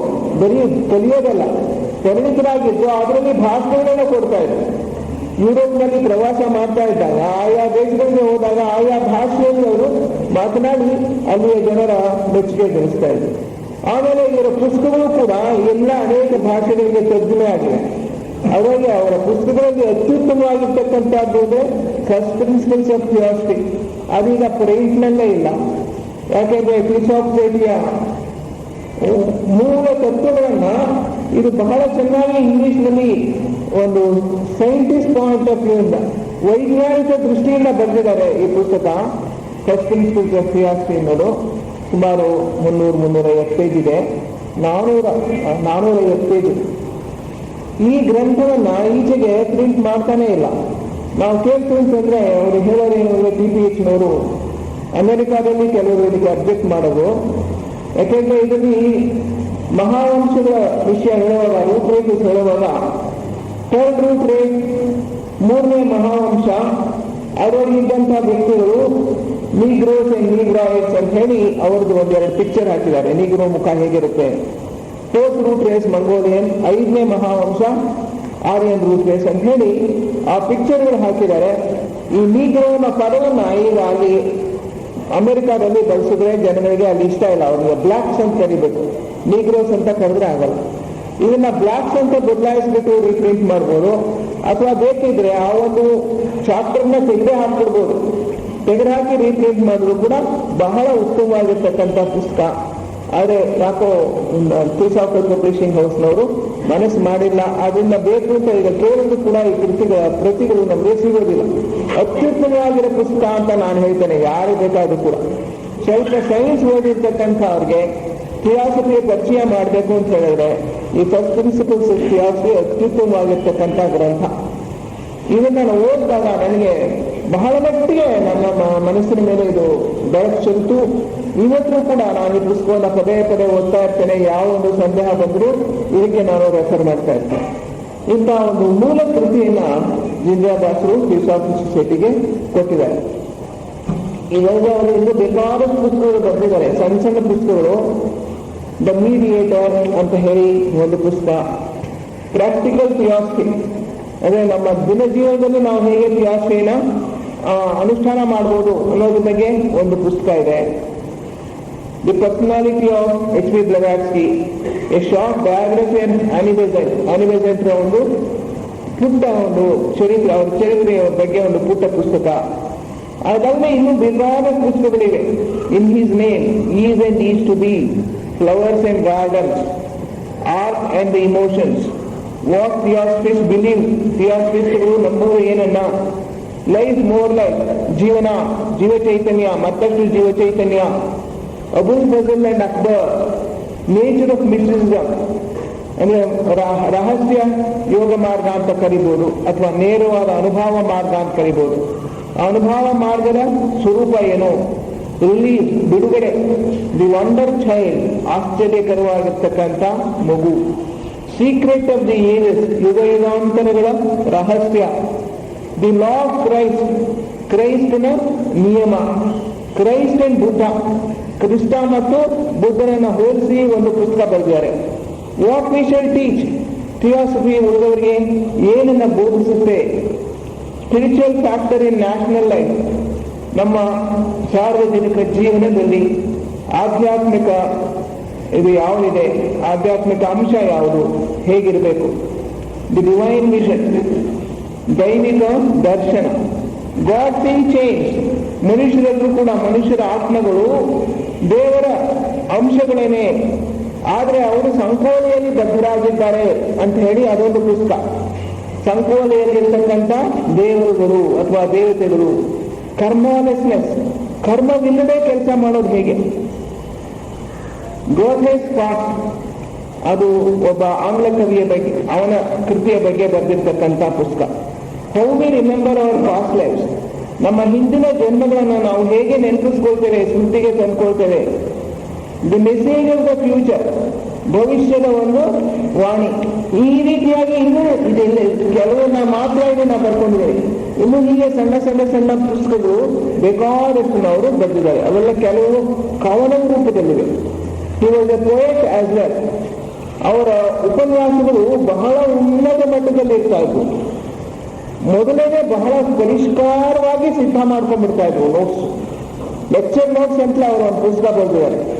ಥಿಯೋಸಾಫಿಕಲ್ ಭಾಷಣಕಾರರು ಭಾಷಣ ಕೊಡಬೇಕಾದ್ರೆ ಅವರು ಹೇಗೆ ತಮ್ಮ ಲೆಕ್ಚರ್ ನೋಟ್ಸ್ ಪ್ರಿಪೇರ್ ಮಾಡಬೇಕು ಅನ್ನೋದ್ರ ಬಗ್ಗೆ ಬಹಳ ವಿವರವಾಗಿ ಸೂಚನೆಗಳನ್ನು ಕೊಟ್ಟು ಆದರ್ಶ ಭಾಷಣಗಳ ಕೆಲವು ಭಾಷಣಗಳ ನೋಟ್ಸ್ ಅನ್ನ ಸಿದ್ಧ ಮಾಡಿರೋರು ಡಾಕ್ಟರ್ ಬೆಜೆಂಟ್ರು ಬೇರೆಯವರು ಸಿದ್ಧ ಮಾಡಿರ್ತಕ್ಕಂಥ ನೋಟ್ಸ್ ಕೂಡ ಅಲ್ಲಿ ಕೊಟ್ಟಿದ್ದಾರೆ. ಇದು ಮುಂದೆ ಉಪನ್ಯಾಸಕರಾಗಬೇಕು, ಥಿಯಾಸಫಿಯ ಬಗ್ಗೆ ಮಾತನಾಡಬೇಕು ಅನ್ನೋರಿಗೆ ಬಹಳ ಉತ್ತಮ ಮಟ್ಟದ ಒಂದು ಸೂಚನೆಯ ಗ್ರಂಥ ಅಂತ ನಾವು ಭಾವಿಸ್ಬೋದು. ಅವರು ತಮ್ಮ ಭಾಷಣಗಳನ್ನ ಪರಿಷ್ಕಾರವಾಗಿ ಸಿದ್ಧ ಮಾಡ್ತಾ ಇದ್ರು. ಸರಿಯಾಗಿ ಟೈಮು ಸರಿಯಾಗಿ ಪ್ರಾರಂಭ ಮಾಡು, ಸರಿಯಾಗಿ ಮುಗಿಸ್ಬಿಡು. It was a very discipline person. ಅವ್ರನ್ನ ನೋಡಿದವರಿಗೆ ಗೊತ್ತಾಗ್ತಾ ಇತ್ತು. ಅವ್ರನ್ನ ನೋಡಿದ್ರೇನೆ ಗೌರವ ಉತ್ಪತ್ತಿ ಆಗ್ಬಿಡ್ತಾ ಇತ್ತು. ಅವ್ರ ವಿಷಯದಲ್ಲಿ ಲಘು ಭಾವನೆಯನ್ನು ಯಾರು ಹೊಂದಿರೋಕೆ ಸಾಧ್ಯ ಇಲ್ಲ. ಅವ್ರ ಮುಖದಲ್ಲಿ ಅಂತಹ ಒಂದು ಉನ್ನತ ಮಟ್ಟದ ಕಳೆ ಮತ್ತು ದಪ್ಪ. ಎಲ್ಲರಿಗೂ ಕೂಡ ಆಡಳಿತವನ್ನ ಬಹಳ ಚೆನ್ನಾಗಿ ಬಿಗಿಯಾಗಿ ಆಡಳಿತ ನಡೆಸ್ಕೊಂಡು ಹೋಗ್ತಾ ಇದ್ರು ಅವ್ರ ಕಾಲದಲ್ಲಿ. ಯಾರು ಕೆಲಸದಲ್ಲಿ ಸೋಮಾರಿತನವಾಗಿ ಅಲಸಿಕೆಯಿಂದ ಮಾಡೋ ಹಾಗೆ ಇರಲಿಲ್ಲ. ಅವರ ಉನ್ನತವಾದ ಒಂದು ವ್ಯಕ್ತಿತ್ವದಿಂದ ಅನೇಕರು ಪ್ರಭಾವಿತರಾಗ್ತಾ ಇದ್ರು. ಪ್ರತಿಯೊಂದು ವಿಷಯದಲ್ಲಿ ಇವಾಗ ಪರ್ಫೆಕ್ಷನಿಸ್ಟ್. ಎಲ್ಲ ಕೆಲಸಗಳನ್ನು ಕೂಡ ಪರಿಪೂರ್ಣವಾಗಿ ಮಾಡಬೇಕು, ಅಚ್ಚುಕಟ್ಟಾಗಿ ಮಾಡಬೇಕು ಅನ್ನೋದು ಅವರ ಒಂದು ತತ್ವ. ತಮ್ಮ ಕೆಳಗಡೆ ಯಾರಾದರೂ ತಮ್ಮ ಅಧೀನಕ್ಕೆ ಶಿಕ್ಷಣಕ್ಕೆ ಬಂದರೆ ಅವ್ರಿಗೆ ಅದನ್ನೇ ಅವರ ಸಲಹೆಗಳನ್ನ ಕೇಳಿದ್ರೆ ಎಲ್ಲ ಭಾಷಣಗಳನ್ನು ಮೊದಲೇ ಚೆನ್ನಾಗಿ ಅಚ್ಚುಕಟ್ಟಾಗಿ ಸಿದ್ಧ ಮಾಡ್ಕೊಳ್ಳಿ. ನಿಮ್ಮ ಉಡುಪು ಕೂಡ ಚೆನ್ನಾಗಿರ್ಬೇಕು. ಹೋದ ತಕ್ಷಣ ವೇದಿಕೆಯ ಮೇಲೆ ನಿಂತ್ಕೊಂಡ್ಮೇಲೆ ಮೊದಲು ಅಲ್ಲಿ ಕೇಳಿರೋ ಅಲ್ಲಿ ಕೂತಿರೋ ಆಡಿಯನ್ಸ್ಗೆ ಕಾಣಿಸೋದು ನಿಮ್ಮ ಉಡುಪು, ನಿಮ್ಮ ಡ್ರೆಸ್ಸು, ನಿಮ್ಮ ಲುಕ್ಸು, ನೀವು ಹೇಗಿದ್ದೀರಿ, ಯಾವ ತರಹ ಕಾಣಿಸ್ತಾ ಇದ್ದೀರಿ, ಇದು ಮೊದಲನೇ ಇಂಪ್ರೆಷನ್ ಕೊಡುತ್ತೆ. ಅದು ಕೂಡ ಚೆನ್ನಾಗಿರ್ಬೇಕು. ಉಡುಪು ಶುದ್ಧವಾಗಿರ್ಬೇಕು, ಕ್ಲೀನ್ ಆಗಿರ್ಬೇಕು, ಐರನ್ ಮಾಡಿರ್ಬೇಕು, ನೀವು ಅದನ್ನ ಸರಿಯಾದ ರೀತಿಯಲ್ಲಿ ಧರಿಸ್ಕೊಂಡಿರ್ಬೇಕು. ಮತ್ತೆ ನಿಮ್ಮ ಭಾವನೆಗಳು ಪರಿಶುದ್ಧವಾಗಿರ್ಬೇಕು, ಪೂರ್ಣವಾದ ಅರ್ಪಣೆ ಮನೋಭಾವನೆಯಿಂದ ಹೋಗ್ಬೇಕು. ನಾನು ಅನ್ನೋದನ್ನ ಪೂರ್ಣವಾಗಿ ಅಲ್ಲಿ ಮರೆತು ಬಿಡಬೇಕು. Keep yourself open to the higher influences. ಮೇಲಿನಿಂದ ಬರ್ತಕ್ಕಂಥ ಉನ್ನತ ಶಕ್ತಿಗಳಿಗೆ ನಿಮ್ಮನ್ನು ನೀವು ಪಾಲನೆಯನ್ನಾಗಿ ಮಾಡ್ಕೊಂಡ್ಬಿಡಿ ಅಂತ ಹೇಳ್ಬಿಟ್ಟು ಹೀಗೆ ಭಾಷಣಕಾರರಿಗೆ ಅವರು ಬಹಳ ಉನ್ನತ ಮಟ್ಟದ ಸಲಹೆಗಳನ್ನು ಕೊಡ್ತಾ ಇದ್ರು. ಮತ್ತು ಅನೇಕರ ಜೊತೆಯಲ್ಲಿ ಪತ್ರ ವ್ಯವಹಾರ ಇಟ್ಕೊಂಡಿದ್ರು. ಅವರ ಪರಿಚಿತವಾಗಿರ್ತಕ್ಕಂಥ ಅನೇಕ ಸದಸ್ಯರು ತಮಗೆ ಬರ್ತಕ್ಕಂಥ ಸಮಸ್ಯೆಗಳ ಬಗ್ಗೆ ಮತ್ತೆ ಅವ್ರಿಗೇನಾದ್ರು ಪ್ರಶ್ನೆಗಳು ಉದ್ಭವ ಆದ್ರೆ ಇವ್ರ ಬಗ್ಗೆ ಎಲ್ಲ ರಾಜರವರಿಗೆ ಕಾಗದಗಳು ಬರೆದ್ರೆ ಸ್ವತಃ ತಮ್ಮ ಸ್ವಹಸ್ತದಿಂದ ಅವರಿಗೆ ಉತ್ತರವನ್ನು ಬರೀತಾ ಇದ್ರು. ನನಗೆ ಗೊತ್ತು ಅಂತ ಹೇಳಿದ್ರೆ ನಮ್ಮ ತಾತ ವೆಂಕಟೇಶಯ್ಯ ಅಂತ ಹೇಳಿ ಅವರು ಕರ್ನಾಟಕ ಥಿಯೋಸಾಫಿಕಲ್ ಫೆಡರೇಷನ್ಗೆ ರಾಜಾರ್ಗನೈಸರಾಗಿ ಬಹಳ ವರ್ಷ ಕೆಲಸ ಮಾಡಿದ್ರು. ಅವರು ನನಗೆ ಸುಮಾರು 18 ವರ್ಷ ಆಗಿದ್ದಾಗ ಮರಣ ಹೊಂದಿದ್ರು. ಅವರು ರಾಜಾರವ್ರಿಗೆ ಯಾವಾಗವಾಗ ಪತ್ರ ಬರೀತಾ ಇದ್ರು. ಅವ್ರಿಗೆ ರಾಜರಿಂದ ಪ್ರತ್ಯುತ್ತರ ಬರ್ತಾ ಇದ್ರು. ಅದು ನನಗೆ ಗೊತ್ತು. ಅವ್ರಿಗೆ ಕಾಗದ ಬರೀತಾ ಇದ್ರು ಅಂತ. ಒಂದ್ಸಲ ನನ್ನನ್ನು ಕರ್ಕೊಂಡು ಹೋಗಿ ಅವ್ರಿಗೆ ಪರಿಚಯ ಮಾಡಿಸಿದ್ರು. ನಾನು ಇನ್ನು 8 ವರ್ಷದ ಹುಡುಗಿ ಇರಬೇಕು, ನನ್ನ ಮೊಮ್ಮಗಳು ಹೇಳಿ ಪರಿಚಯ ಮಾಡಿಸಿದ್ರು. ರಾಜಾರವರು 1 ನಿಮಿಷ ಕಾಲ ನನ್ನ ಕೈಯಿಂದ ಹಿಡ್ಕೊಂಡಿದ್ರು. ನನಗೆ ಅನುಭವ ಇವತ್ತು ಜ್ಞಾಪಕ ಇದೆ. ಆದರೆ ಏನು ಹೇಳಲಿಲ್ಲ. ಪ್ರಾಯಶಃ ಈಕೆ ಇನ್ನೂ ಕೂಡ ಅಪ್ರಬುದ್ಧರು, ಇನ್ನೂ ಬೆಳೆದಿರ್ತಕ್ಕಂಥ ಜೀವ ಅಲ್ಲ ಅನ್ನೋದು ಅವ್ರಿಗೆ ಗೊತ್ತಾಗಿರ್ಬೇಕು. ಅದರಿಂದ ಏನು ಹೆಚ್ಚು ವಿಷಯ ಏನು ಹೇಳಲಿಲ್ಲ. ಸುಮ್ಮನೆ 1 ನಿಮಿಷ ಕಾಲ ಕೈ ಹಿಡ್ಕೊಂಡಿದ್ರು. ಅವರು ತಮ್ಮ ಈ ರೀತಿ ಪತ್ರಗಳನ್ನು ಬರೆದು ತಮಗೆ ನಿಕಟವಾಗಿ ಯಾರ್ಯಾರು ಸಹಾನುವರ್ತಿಗಳಿದ್ರೋ ಅವರು ಕೆಲಸ ಮಾಡ್ಕೊಡ್ತಾ ಇದ್ರು ಅವರೆಲ್ಲರಿಗೂ ಕೂಡ ಬೇಕಾದಂತಹ ಸಲಹೆಗಳನ್ನು ಕೊಡೋದು, ಅವರ ಸಂದೇಹಗಳನ್ನು ಪರಿಹಾರ ಮಾಡೋದು, ಈ ಕೆಲಸವನ್ನು ಮಾಡ್ತಾರೆ. ನನ್ನ ಯಜಮಾನರು ಕೂಡ ಅವ್ರಿಗೆ ಅನೇಕ ಪ್ರಶ್ನೆಗಳನ್ನ ಬರೆದು ಒಂದು ದೊಡ್ಡ ಕಾಗದವನ್ನು ಬರೆದಾಗ ಅದನ್ನು ಆದಷ್ಟು ಪರಿಹಾರ ಮಾಡಿ ಒಂದು ಉತ್ತರ ಬರೆದು, ಈಗ ನನ್ನ ವಯಸ್ಸಾಗ್ಬಿಟ್ಟಿದೆ, ನೀವು ಕೇಳೋ ಎಲ್ಲ ಪ್ರಶ್ನೆಗಳಿಗೂ ನನಗೆ ಇವಾಗ ಉತ್ತರ ಕೊಡೋಕೆ ಸಾಧ್ಯ ಇಲ್ಲ, ಕ್ಷಮಿಸಿ ಅಂತ ಹೇಳಿ ಬಂದಿತ್ತು. ಈ ರೀತಿಯಾಗಿ ಪತ್ರ ವ್ಯವಹಾರ ಇಟ್ಕೊಂಡಂತಹ ಅಧ್ಯಕ್ಷರು ಬಹಳ ವಿರಳ. ಡಾಕ್ಟರ್ ಆಂಡ್ರ್ಯೂ ಹಾಗೆ ಮಾಡ್ತಾ ಇದ್ರು. ಸ್ವತಃ ತಾವೇ ಪತ್ರಗಳಿಗೆ ಉತ್ತರ ಬರೀತಾ ಇದ್ರು. ಅವ್ರ ಕೈಗೆ ತಯಾರಾದವರು ರಾಜ ಅವರು ಅದೇ ಒಂದು ಪದ್ಧತಿಯನ್ನ ಇಟ್ಕೊಂಡಿದ್ರು. ಇವರು ಪ್ರೆಸಿಡೆಂಟ್ ಆಗಿ ಕೆಲಸ ಮಾಡಿದಂತ 7 ವರ್ಷಗಳ ಕಾಲದಲ್ಲಿ ಬೇಕಾದಷ್ಟು ಸೇವೆಯನ್ನ ತೀರ್ಥಾಸ್ಪತ್ರೆಗೋಸ್ಕರ ಮಾಡಿದ್ದಾರೆ. ಅವರು ಇಂಟರ್ನ್ಯಾಷನಲ್ ಲೆಕ್ಚರರ್ ಆಗಿ ಕೆಲಸ ಮಾಡಿರೋದು 1904ನೇ ಇಸ್ವಿಯಿಂದ. ಅಂದ್ರೆ ಅವ್ರಿಗೆ ಆವಾಗ 29 ವರ್ಷ. ಆ 29 ವರ್ಷ ಆಗಿದ್ದಾಗ ಆಗಲೇ ಅವರು ಅಂತಾರಾಷ್ಟ್ರೀಯ ಉಪನ್ಯಾಸಕರಾಗಬೇಕು. ಡಾಕ್ಟರ್ ಬೆಸೆಂಟ್ ಅಧ್ಯಕ್ಷರಾಗಿದ್ದು ಇವರು ಎಲ್ಲ ಕಡೆಗೂ ಇವರನ್ನ ಯುರೋಪ್ಗೆ, ಅಮೆರಿಕಾಗೆ ಎಲ್ಲ ಕಡೆಗೂ ಇವ್ರನ್ನ ಲೆಕ್ಚರ್ ಕೊಡೋಕ್ಕೋಸ್ಕರ, ಭಾಷಣ ಕೊಡೋಕ್ಕೋಸ್ಕರ ಕಳಿಸ್ಬಿಡ್ತಾ ಇದ್ರು. ಪ್ರೆಸಿಡೆನ್ಷಿಯಲ್ ಏಜೆಂಟ್ ಆಗಿ ಅವರ ಪರವಾಗಿ ಇವರು ಹೋಗಿ ಅನೇಕ ಕಡೆ ಉಪನ್ಯಾಸಗಳನ್ನು ಕೊಡ್ತಾ ಇದ್ರು. ಹಾಗೆ ಇವರು 50 ವರ್ಷಗಳ ಕಾಲ ಅಂತಾರಾಷ್ಟ್ರೀಯ ಉಪನ್ಯಾಸಕರಾಗಿ ಕೆಲಸ ಮಾಡಿದ್ದಾರೆ. ಅವರು ಬದುಕಿರೋರ್ಗೂ ಕೂಡ ಪೂರ್ಣ 50 ವರ್ಷಗಳ ಕಾಲ ಅವರು ಇಂಗ್ಲಿಷ್ ಭಾಷೆಯಲ್ಲಿ, ಫ್ರೆಂಚ್ ಭಾಷೆಯಲ್ಲಿ, ಇಟಾಲಿಯನ್, ಸ್ಪ್ಯಾನಿಷ್ ಮತ್ತು ಪೋರ್ಚುಗೀಸ್ ಈ ಭಾಷೆಗಳಲ್ಲಿ ಭಾಷಣವನ್ನ ಮಾಡಿ ಪ್ರಪಂಚವೆಲ್ಲ ಪರ್ಯಟನೆ ಮಾಡ್ತಾ ಇದ್ರು. ಪರ್ಯಟನೆ ಮಾಡ್ತಾ ಇದ್ರು ಕೂಡ ಉಪನ್ಯಾಸಗಳನ್ನ ಮಾಡ್ತಾ ಇದ್ರು, ಪುಸ್ತಕಗಳನ್ನ ಬರೀತಾ ಇದ್ರು, ಜೊತೆಗೆ ಪತ್ರ ವ್ಯವಹಾರ ನಡ್ಕೊಂಡು ಹೋಗ್ತಾ ಇತ್ತು, ಬೇರೆಯವ್ರನ್ನ ತಯಾರು ಮಾಡ್ತಾ ಇದ್ರು. ಎಲ್ಲ ಕೆಲಸಗಳನ್ನು ಕೂಡ ಜೊತೆಯಲ್ಲೇ ಮಾಡ್ಕೊಂಡು ಹೋಗ್ತಾ ಇದ್ರು. ಅವ್ರ ಆರೋಗ್ಯ ಕೂಡ ಅಂತ ಚೆನ್ನಾಗಿರಲಿಲ್ಲ. ಮೊದಲು ಚೆನ್ನಾಗಿದ್ದಿರ್ಬೇಕು, ಪ್ರಾಯಶಃ ಕ್ರಮೇಣ ಅವ್ರ ಆರೋಗ್ಯ ಕೆಟ್ಟೋಗ್ಬಿಟ್ಟು ಅವರು ಒಂದ್ಸಲ ಹೇಳಿದ್ದಾರೆ, ನನಗೆ 62 ಆಪರೇಷನ್ಗಳಾಗಿದೆ ಅಂತ ಹೇಳಿದ್ರು. ಮೇಜರ್ ಅಂಡ್ ಮೈನರ್ ಆಪರೇಷನ್ಸ್, ದೊಡ್ಡದು ಚಿಕ್ಕದು ಎಲ್ಲ ಸೇರಿ ಆ ಒಂದು ಜನ್ಮಕಾಲದಲ್ಲಿ 62 ಆಪರೇಷನ್ಗಳಾಗಿದೆ ಅಂತೆ. ಆದ್ರೆ ಅವ್ರು ನೋಡಿದ್ರೆ ಗೊತ್ತಾಗ್ತಾ ಇರಲಿಲ್ಲ. ಅವರು ತುಂಬಾ ವಯಸ್ಸಾಗ್ಬಿಟ್ಟಾಗ್ಲೂ ಕೂಡ ತೀರ್ಥಾಸ್ಪತ್ರೆ ಕನ್ವೆನ್ಷನ್ ಅಲ್ಲಿ ಅವರೇನೆ ಭಾಷಣ ಕೊಡ್ತಾ ಇದ್ರು. ಸುಸ್ತಾಗ್ಬಿಡೋದು ಅಂದ್ರೂ ಕೂಡ ಅವ್ರು ಬಿಡ್ತಾ ಇರಲಿಲ್ಲ. ಒಂದ್ಸಲ ನನಗೆ ಆಗ್ತಾ ಇದೆ, ಒಂದು ರಾತ್ರಿ ಹೊತ್ತು, ಸಾಯಂಕಾಲ ಹೊತ್ತು ಸ್ಲೈಡ್ಸ್ ತೋರಿಸ್ಕೊಂಡು ಒಂದು ಉಪನ್ಯಾಸ, ಎಲ್ಲವನ್ನೂ ಕೂಡ ಮಾಡೋರು. ಚಿತ್ರಗಳನ್ನ ತೋರಿಸ್ಕೊಂಡು, ಸ್ಲೈಡ್ಸ್ ತೋರಿಸ್ಕೊಂಡು ಉಪನ್ಯಾಸ ಕೊಟ್ಟರು. ಆಮೇಲೆ ಆವಾಗ ಅವರಿಗೆ ಜ್ವರ ಕೂಡ ಇತ್ತು. ಜ್ವರದಲ್ಲೇ ಉಪನ್ಯಾಸ ಮಾಡಿ ಅನಂತರ ಹೋಗ್ಬಿಟ್ಟು ಹೀಗೆ ಒಂದು ಕೊನೆಯವರೆಗೂ ಕೂಡ ಉಪನ್ಯಾಸಗಳನ್ನು ಕೊಟ್ಕೊಂಡು ಜನರಲ್ಲಿ ಇರ್ತಕ್ಕಂಥ ಅಜ್ಞಾನವನ್ನು ಹೋಗಲಾಡಿಸೋದಕ್ಕೋಸ್ಕರ ತಾವು ತ್ಯಾಗ ಮಾಡಿಕೊಂಡಂತಹ ಒಂದು ವ್ಯಕ್ತಿ. ಆ ಮಧ್ಯೆ ಅವರಿಗೆ ಸೆಕ್ರೆಟರಿ ಆಗಿದ್ದಂಥ ಡಾರೋಥಿ ಗ್ರಹಾಂ ಅಂತ ಹೇಳಿ ಅವರು ಆಕೆ ಪೂರ್ಣವಾಗಿ ಅವ್ರ ಕೆಲಸವನ್ನು ಮಾಡ್ಕೊಡ್ತಾ ಇದ್ರು. ಕೆಲವರು ಇದೇನಿದು ಯಾವಾಗಲೂ ಇವರು ಜೊತೆಯಲ್ಲಿರ್ತಾರೆ ಅಂತ ಹೇಳಿ ಗುಸುಗುಸು ಮಾತನಾಡಿ ಕೇಳಿ ಆಕೆಯನ್ನು ಮದುವೆ ಮಾಡಿಕೊಂಡು 1916ನೇ ಇಸ್ವಿಯಲ್ಲಿ. But it was a platonic relationship ಅಂತ ಹೇಳ್ತಾರೆ. ಅವ್ರಿಗೆ ಯಾವುದಾಗಿರ್ತಕ್ಕಂಥ ಲೈಂಗಿಕ ಸಂಬಂಧ ಇರಲಿಲ್ಲ. ಕೆಲವು ವರ್ಷಗಳ ನಂತರ ಆಕೆಯ ಕೆಲಸ ಮುಗಿದೋಗ್ಬಿಟ್ಟ ಮೇಲೆ ಡೈವೋರ್ಸ್ ಮಾಡಿಬಿಟ್ರು. ಅವರಿಬ್ರು ಕೂಡ ಬೇರೆ ಬೇರೆಯಾಗಿ ಜೀವನ ಮಾಡ್ತಾ ಇದ್ರು. ಅದರಿಂದ ಮದುವೆ ಅನ್ನೋದು ಹೆಸರಿಗೆ ಮಾತ್ರ ನಡೆದಿದ್ದು, ಜನಗಳ ಬಾಯಿ ಮುಚ್ಚೋದಕ್ಕೋಸ್ಕರ. He tried to popularize United Nations Organisation, ವಿಶ್ವಸಂಸ್ಥೆ. ಅವರು ಇದ್ದಾಗ ಪ್ರಾರಂಭ ಆದದ್ದು 2ನೇ ಮಹಾಯುದ್ಧ ಆದ್ಮೇಲೆ ಆ ವಿಶ್ವಸಂಸ್ಥೆ ವಿಷಯದಲ್ಲಿ ಇವರು ಬಹಳ ಆಶಾಭಾವನೆಯನ್ನು ಹೊಂದಿದ್ದು. ಯಾಕೆಂದ್ರೆ ವಿಶ್ವ ಭ್ರಾತೃತ್ವವೇ ಪೀಸ್ ಆಫ್ ಸೊಸೈಟಿಯ ಗುರಿ. ಈ ವಿಶ್ವಸಂಸ್ಥೆಯ ಗುರಿಯೂ ಕೂಡ ಅದೇ. ಅದು ವಿಶ್ವದಲ್ಲಿರ್ತಕ್ಕಂಥ ಎಲ್ಲ ಮಾನವರು ಕೂಡ ಸಮಾನವಾದ ಹಕ್ಕು ಬಾಧ್ಯತೆಗಳನ್ನು ಹೊಂದಿರಬೇಕು. ಎಲ್ಲರೂ ಕೂಡ ಈ ಪ್ರಪಂಚದಲ್ಲಿ ಸಹಕಾರದಿಂದ ಸಹಬಾಳ್ವೆ ನಡೆಸಬೇಕು ಅನ್ನೋದು ಯುನೈಟೆಡ್ ನೇಷನ್ಸ್ ಅಥವಾ ವಿಶ್ವಸಂಸ್ಥೆಯ ಗುರಿ. ಪ್ರಾರಂಭದಲ್ಲಿ ಬಹಳ ಚೆನ್ನಾಗಿ ಕೆಲಸ ಮಾಡ್ತಾ ಇತ್ತು.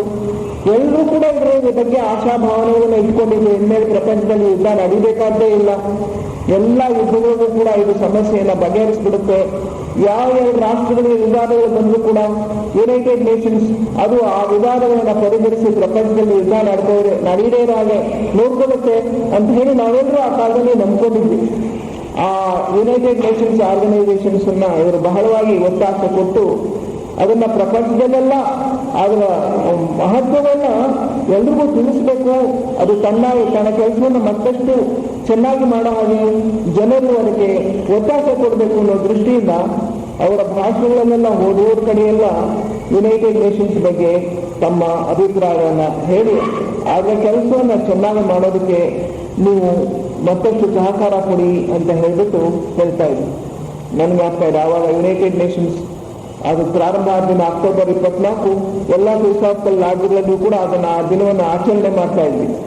ಯಾಕೆಂತ ಹೇಳಿದ್ರೆ ಆ ಸಂಸ್ಥೆಗೆ ಬಲ ಸಿಗಲಿ, ಅದ್ರ ಕೆಲಸ ಚೆನ್ನಾಗಿ ನಡೀಲಿ ಅಂತ ಹೇಳ್ಬಿಟ್ಟು ನಮ್ಮ ಒಂದು ಧ್ಯಾನವನ್ನು ಕೂಡ ಅದಕ್ಕೋಸ್ಕರ ಮಾಡ್ತಾ ಇದ್ವಿ. ಫಿಲಾಸಫಿಕಲ್ ಸೊಸೈಟಿಯಲ್ಲಿ ಸ್ಕೂಲ್ ಆಫ್ ವಿಸ್ಡಮ್ ಬಹಳ ಒಂದು ಉನ್ನತ ಪಾತ್ರವನ್ನು ವಹಿಸಿದೆ. ನೀವು ಅಡಿಯಾರಿಗೆ ಹೋಗಿರೋರು ನೋಡಿರ್ಬೋದು. ಸ್ಕೂಲ್ ಆಫ್ ವಿಸ್ಡಮ್ ಡಿಸೆಂಬರ್ನಲ್ಲಿ ಪ್ರಾರಂಭ, ಕನ್ವೆನ್ಷನ್ ಆದಮೇಲೆ ಪ್ರಾರಂಭ ಆಯಿತು ಅಂತ ಹೇಳಿದ್ರೆ ಪುನಃ ಅದ್ರದ್ದು 2 ಸೆಷನ್ಸ್ ನಡೆಯುತ್ತೆ ಒಂದು ವರ್ಷದಲ್ಲಿ. 4 ತಿಂಗಳು ಅಂತ ಅನಿಸುತ್ತೆ, 8 ತಿಂಗಳ ಕಾಲವೋ ಏನೋ, 4 ತಿಂಗಳು, ಆಮೇಲೆ ಒಂದು ಸ್ವಲ್ಪ ರಜಾ ದಿನ ಬರುತ್ತೆ, ತಿರ್ಗಾ 4 ತಿಂಗಳು. ಹೀಗೆ ಒಂದು ಥಿಯಾಸಫಿಯ ಆಳವಾದ ಅಧ್ಯಯನಕ್ಕೋಸ್ಕರ ಇರ್ತಕ್ಕಂಥ ಒಂದು ಶಾಲೆ ಇದೆ ಸ್ಕೂಲ್ ಆಫ್ ವಿಸ್ಡಮ್, ಜ್ಞಾನ ಶಾಲೆ ಅಂತ ಹೇಳ್ಬೋದು. ಈ ಶಾಲೆನ ಪ್ರಾರಂಭ ಮಾಡ್ಬೋದು ಲಿಂಗರಾಜ್ ದಾಸ್. ಅನೇಕರಿಗೆ ಥಿಯಾಸಫಿ ಓದ್ತೀವಿ, ಪುಸ್ತಕಗಳನ್ನು ಓದ್ತೀವಿ, ಆದರೆ ಆಳವಾಗಿರ್ತಕ್ಕಂಥ ಜ್ಞಾನ ಇಲ್ಲ.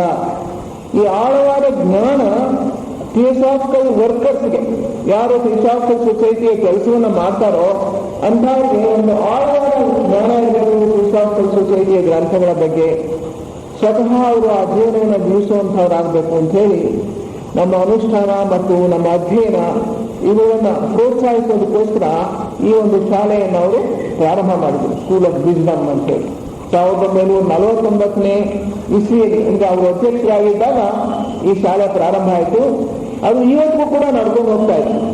ಅನಂತರ ಶ್ರೀರಾಮ್ರವರು ಅದನ್ನು ನಡ್ಸ್ಕೊಂಡು ಹೋದ್ರು. ಈಗ ಶ್ರೀಮತಿ ರಾಧಾ ಬರ್ಮೀರವರು ಅದನ್ನು ನಡ್ಸ್ಕೊಂಡು ಹೋಗ್ತಾ ಇದ್ದಾರೆ.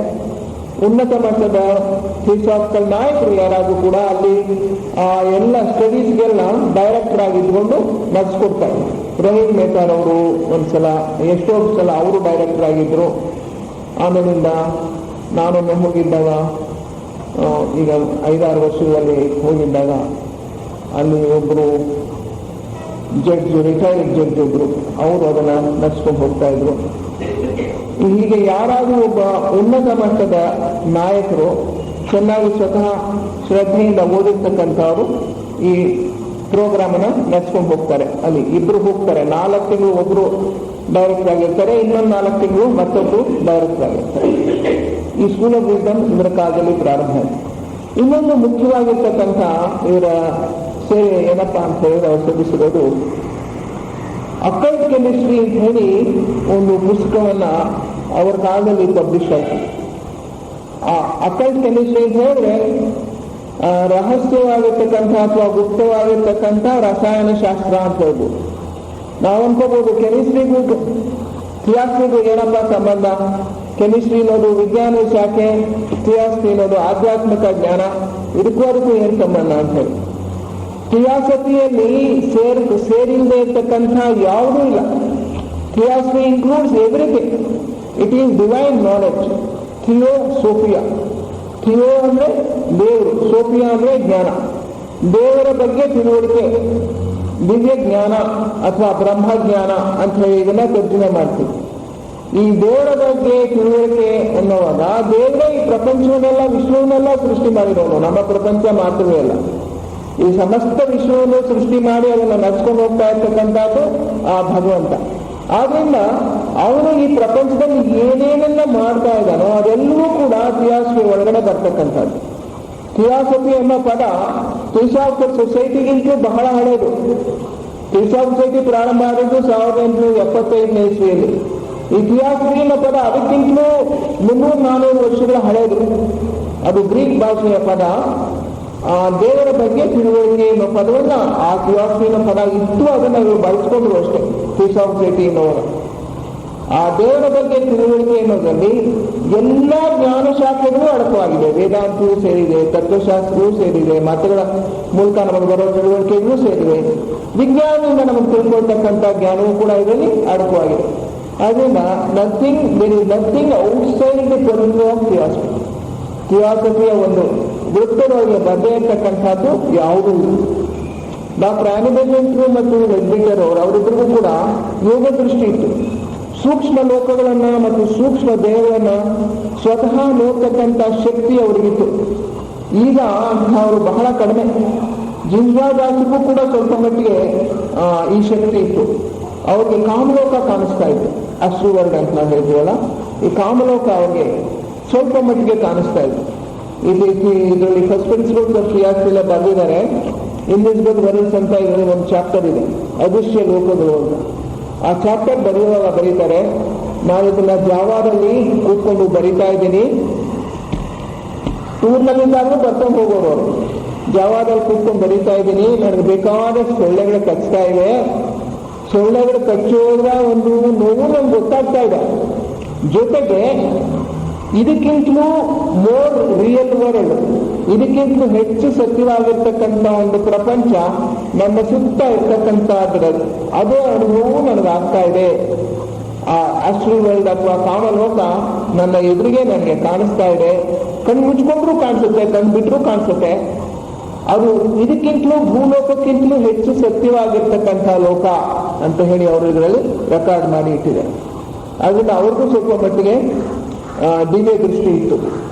ಅನಂತರ ಲೆಗ್ಬಿಟರ್ ಅವರು ಡಾಕ್ಟರ್ ಬೆಸೆಂಟ್ ಹೊರಟೋದ್ಮೇಲೆ ಇಂತಹ ಒಂದು ದಿವ್ಯ ದೃಷ್ಟಿಯನ್ನ ಅಷ್ಟು ಎತ್ತರದ ಮಟ್ಟದಲ್ಲಿ ಪಡೆದಿದ್ದಂತಹ ವ್ಯಕ್ತಿಗಳು ಯಾರೂ ಇಲ್ಲ. ಈ ಅವರ ಯೋಗ ದೃಷ್ಟಿಯನ್ನು ಉಪಯೋಗಿಸಿಕೊಂಡು ಅವರಿಬ್ಬರು ಕೂಡ ರಾಸಾಯನಿಕ ಪರಮಾಣುಗಳು ಮತ್ತು ರಾಸಾಯನಿಕ ಅಣುಗಳು ಅವು ಹೇಗಿವೆ ಅನ್ನೋದನ್ನ ಆ ಯೋಗ ದೃಷ್ಟಿಯಿಂದ ಪರೀಕ್ಷೆ ಮಾಡಿ ಯಾರಾದರೂ ಸ್ವಲ್ಪ ಒಳ್ಳೆಯ ಚಿತ್ರ ಬರೆಯೋರಿಗೆ ತಮ್ಮ ಇಂಪ್ರೆಷನ್ಸ್ ಅನ್ನ ಕೊಟ್ಟು ಅವರ ಮೂಲಕ ಚಿತ್ರಗಳನ್ನೆಲ್ಲ ಬರೆಸ್ತಾ ಇದ್ದಾರೆ. ಈ ಇನ್ವೆಸ್ಟಿಗೇಷನ್ಸ್ ಮಾಡಬೇಕಾದ್ರೆ ಅವ್ರು ಹೇಳೋರು, ಡಾಕ್ಟರ್ ಬೆಸೆಂಟ್ರು ಮತ್ತು ಲೆಗ್ಬಿಟರ್ ಅವರು, ಜನಸಂದಣಿಯ ಮಧ್ಯೆ ನಮಗೆ ಈ ಇನ್ವೆಸ್ಟಿಗೇಷನ್ಸ್ ಮಾಡೋಕ್ಕಾಗಲ್ಲ. We have to be outside the public contact.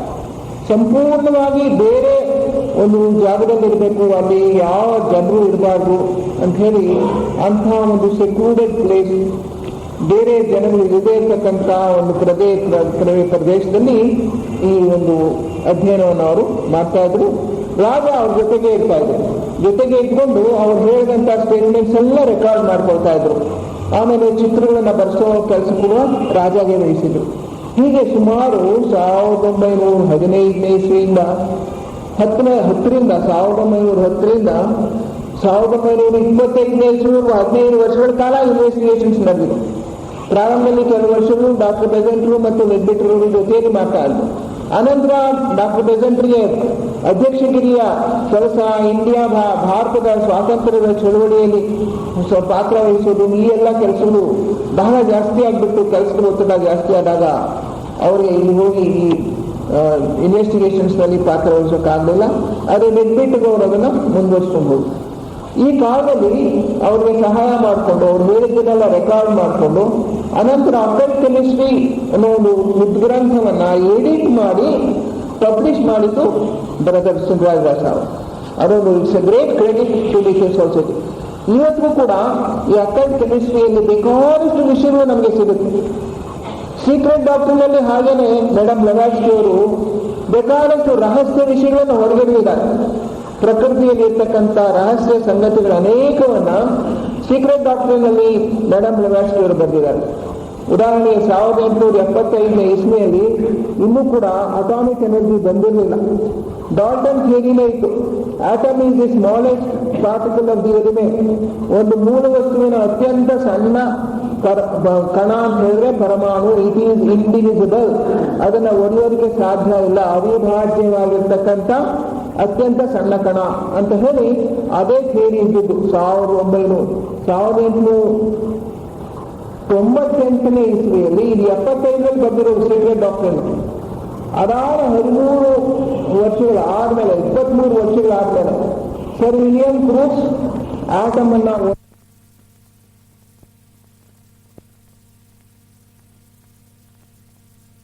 ಪ್ರಮಾಣದ ಒಂದು ಅಗಾಧವಾಗಿರ್ತಕ್ಕಂಥ ಶಕ್ತಿ ಅಡಗಿದೆ, ಇದನ್ನು ಹೊರತರೋದಕ್ಕೆ ಸಾಧ್ಯ ಅಂತ ಹೇಳಿಬಿಟ್ಟು ಮೇಡಮ್ ಬ್ಲವಾಟ್ಸ್ಕಿ ಅವರು ಬಂದಿದ್ದಾರೆ.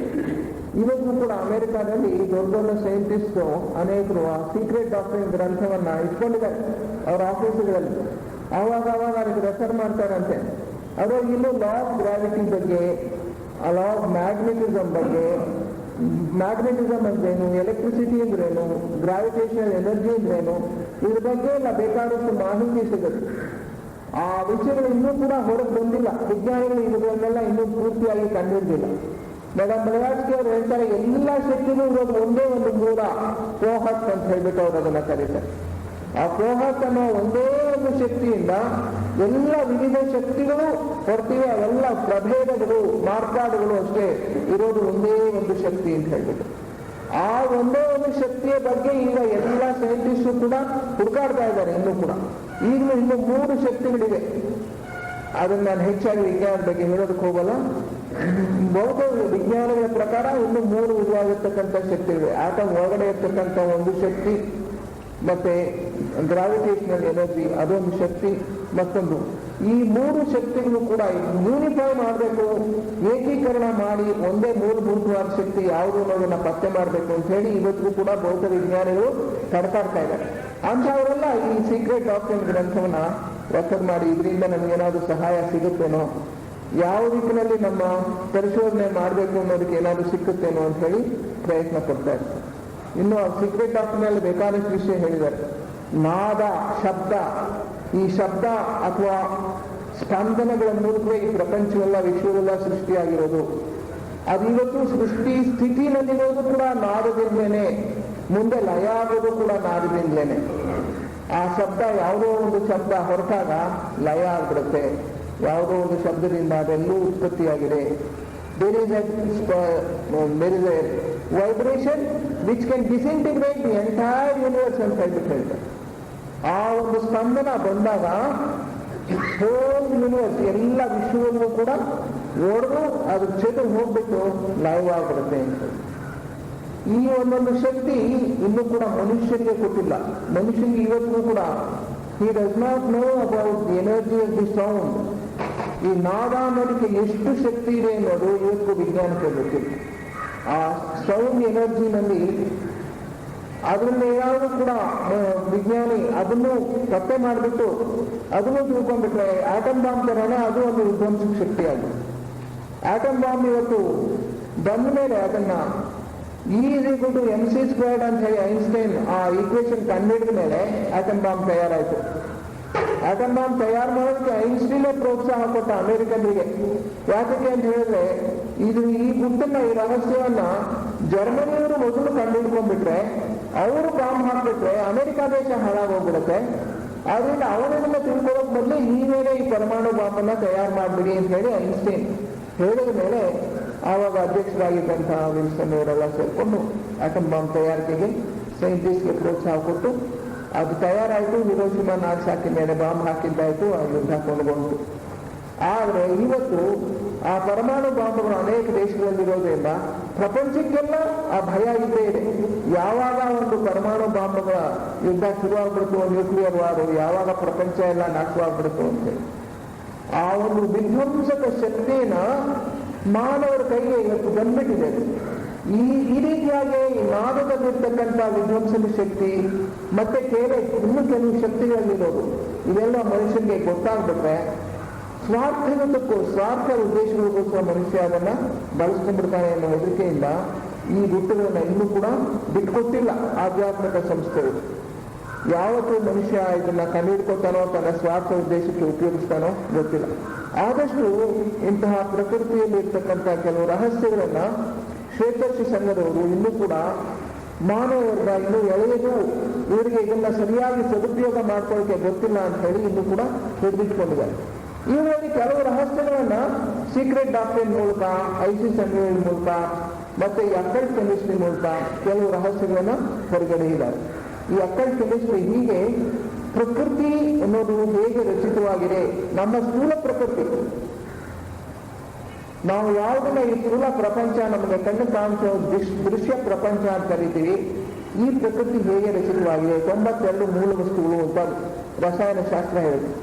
ಈ 92 ಮೂಲ ವಸ್ತುಗಳಲ್ಲಿ ಒಂದೊಂದರಲ್ಲೂ ಪರಮಾಣು ಇದೆ. Hydrogen is the smallest and simplest atom ಅಂತ ಹೇಳ್ತೀವಿ. ಜಲಜನಕದ ಪರಮಾಣು ಅತ್ಯಂತ ಸರಳವಾದದ್ದು, ಅತ್ಯಂತ ಚಿಕ್ಕದು. ಅದರಲ್ಲಿ ಒಂದು ಪ್ರೋಟಾನ್ ಇದೆ, ಒಂದು ಎಲೆಕ್ಟ್ರಾನ್ ಇದೆ, ಎರಡೇ. ಇದು ಅತ್ಯಂತ ಸರಳವಾಗಿರ್ತಕ್ಕಂಥ ಪರಮಾಣು ಅಂತ ಹೇಳಿ ರಸಾಯನ ವೈಜ್ಞಾನಿಕ ದೃಷ್ಟಿಯಿಂದ ಆಗಿದೆ.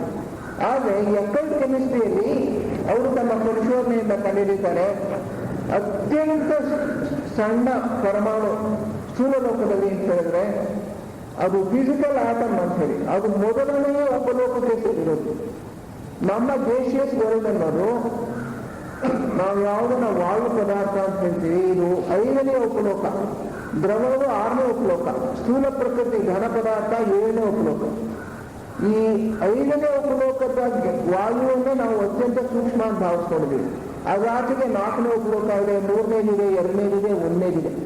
ಆ 1ನೇ ಉಪಲೋಕದ ಪ್ರಕೃತಿ ಅದರಲ್ಲಿರ್ತಕ್ಕಂಥ ಪರಮಾಣು ಹೀಗೆ ಹೇಳಿ ಬಂದಿದ್ದಾರೆ ಅಕ್ಕಳ ಕೆಮಿಸ್ಟ್ರಿ. ಅದರಲ್ಲಿರ್ತಕ್ಕಂಥ ಪರಮಾಣು ಹೀಗೆ ಗುಬುರಿಯಿಂದ ತಿರುಗ್ತಾ ಇರುತ್ತೆ. ಕೆಲವು ಬಲಗಡೆಯಿಂದ ಎಡಗಡೆ ತಿರುಗುತ್ತೆ, ಕೆಲವು ಎಡಗಡೆಯಿಂದ ಬಲಗಡೆಗೆ ಅದು ಎಳೆದು ಆ ರೀತಿ ಹೋಗಿದೆ. ಇದನ್ನ ಪಾಸಿಟಿವ್ ಆಟಮ್, ಇದನ್ನ ನೆಗೆಟಿವ್ ಆಟಮ್ ಅಂತ ಕರೀತೀವಿ. ನಾವು ಜಲಜನಕದ ಪರಮಾಣು ಅತಿ ಸರಳ ಅಂತ ಹೇಳ್ತೀವಲ್ಲ, ಅದರಲ್ಲಿಯೂ ಕೂಡ ಇನ್ನು ಅನೇಕ 100 ಪರಮಾಣುಗಳು ಜಲಜನಕದ ಪರಮಾಣುವಿನಲ್ಲಿ ಇವೆ. ಆಮೇಲೆ ಮತ್ತೆ ಕೆಲವು ಮಾಲಿಕ್ಯೂಲ್ಸು, ಆಟಮ್ಸು, ಇವುಗಳೆಲ್ಲದರ ಚಿತ್ರವನ್ನ ಅಕ್ಕಲ್ ಕೆಮಿಸ್ಟ್ರಿಯಲ್ಲಿ ಕೊಟ್ಟಿದ್ದಾರೆ. ಅವರ ರಚನೆಯನ್ನೆಲ್ಲ ವಿವರಿಸಿದ್ದಾರೆ. ಯಾರು ಕೆಮಿಸ್ಟ್ರಿಯಲ್ಲಿ ಇಂಟ್ರೆಸ್ಟ್ ಇರುತ್ತೋ ಅಂತವರು ಆ ಪುಸ್ತಕವನ್ನು ಓದಿ ಅದರಿಂದ ಬೇಕಾದಷ್ಟು ವಿಷಯಗಳನ್ನ ತಿಳ್ಕೋಬಹುದು. ಇದು ಕೆಲವು ಪರಮಾಣುಗಳ ರಚನೆಯ ಇರ್ತಕ್ಕಂಥ ಆಕಾರಗಳು ಪ್ಲೇಟೋನಿಕ್ ಸಾಲಿಡ್ಸ್ ಅಂತ ಕರೀತಾರೆ. ಪ್ಲೇಟೋ 5 ಮೂಲ ಆಕೃತಿಗಳನ್ನ ಕೊಟ್ಟಿದ್ದಾರೆ, ಪ್ಲೇಟೋನಿಕ್ ಸಾಲಿಡ್ಸ್ ಅಂತ ಹೇಳಿ. ಆ ಸಾಲಿಡ್ ಅವುಗಳ ಆಕೃತಿಯ ಮೇಲೆ ಎಲ್ಲ ಬೇರೆ ಪರಮಾಣುಗಳು ಕೂಡ ಆ ಆಕೃತಿಗಳ ಮೇಲೆ ಆಧಾರಿತವಾಗಿದೆ. ಇದೆಲ್ಲ ಸ್ವಲ್ಪ ಸೈನ್ಸ್ನಲ್ಲಿ ಇಂಟ್ರೆಸ್ಟ್ ಇರೋರಿಗೆ ಚೆನ್ನಾಗಿರುತ್ತೆ.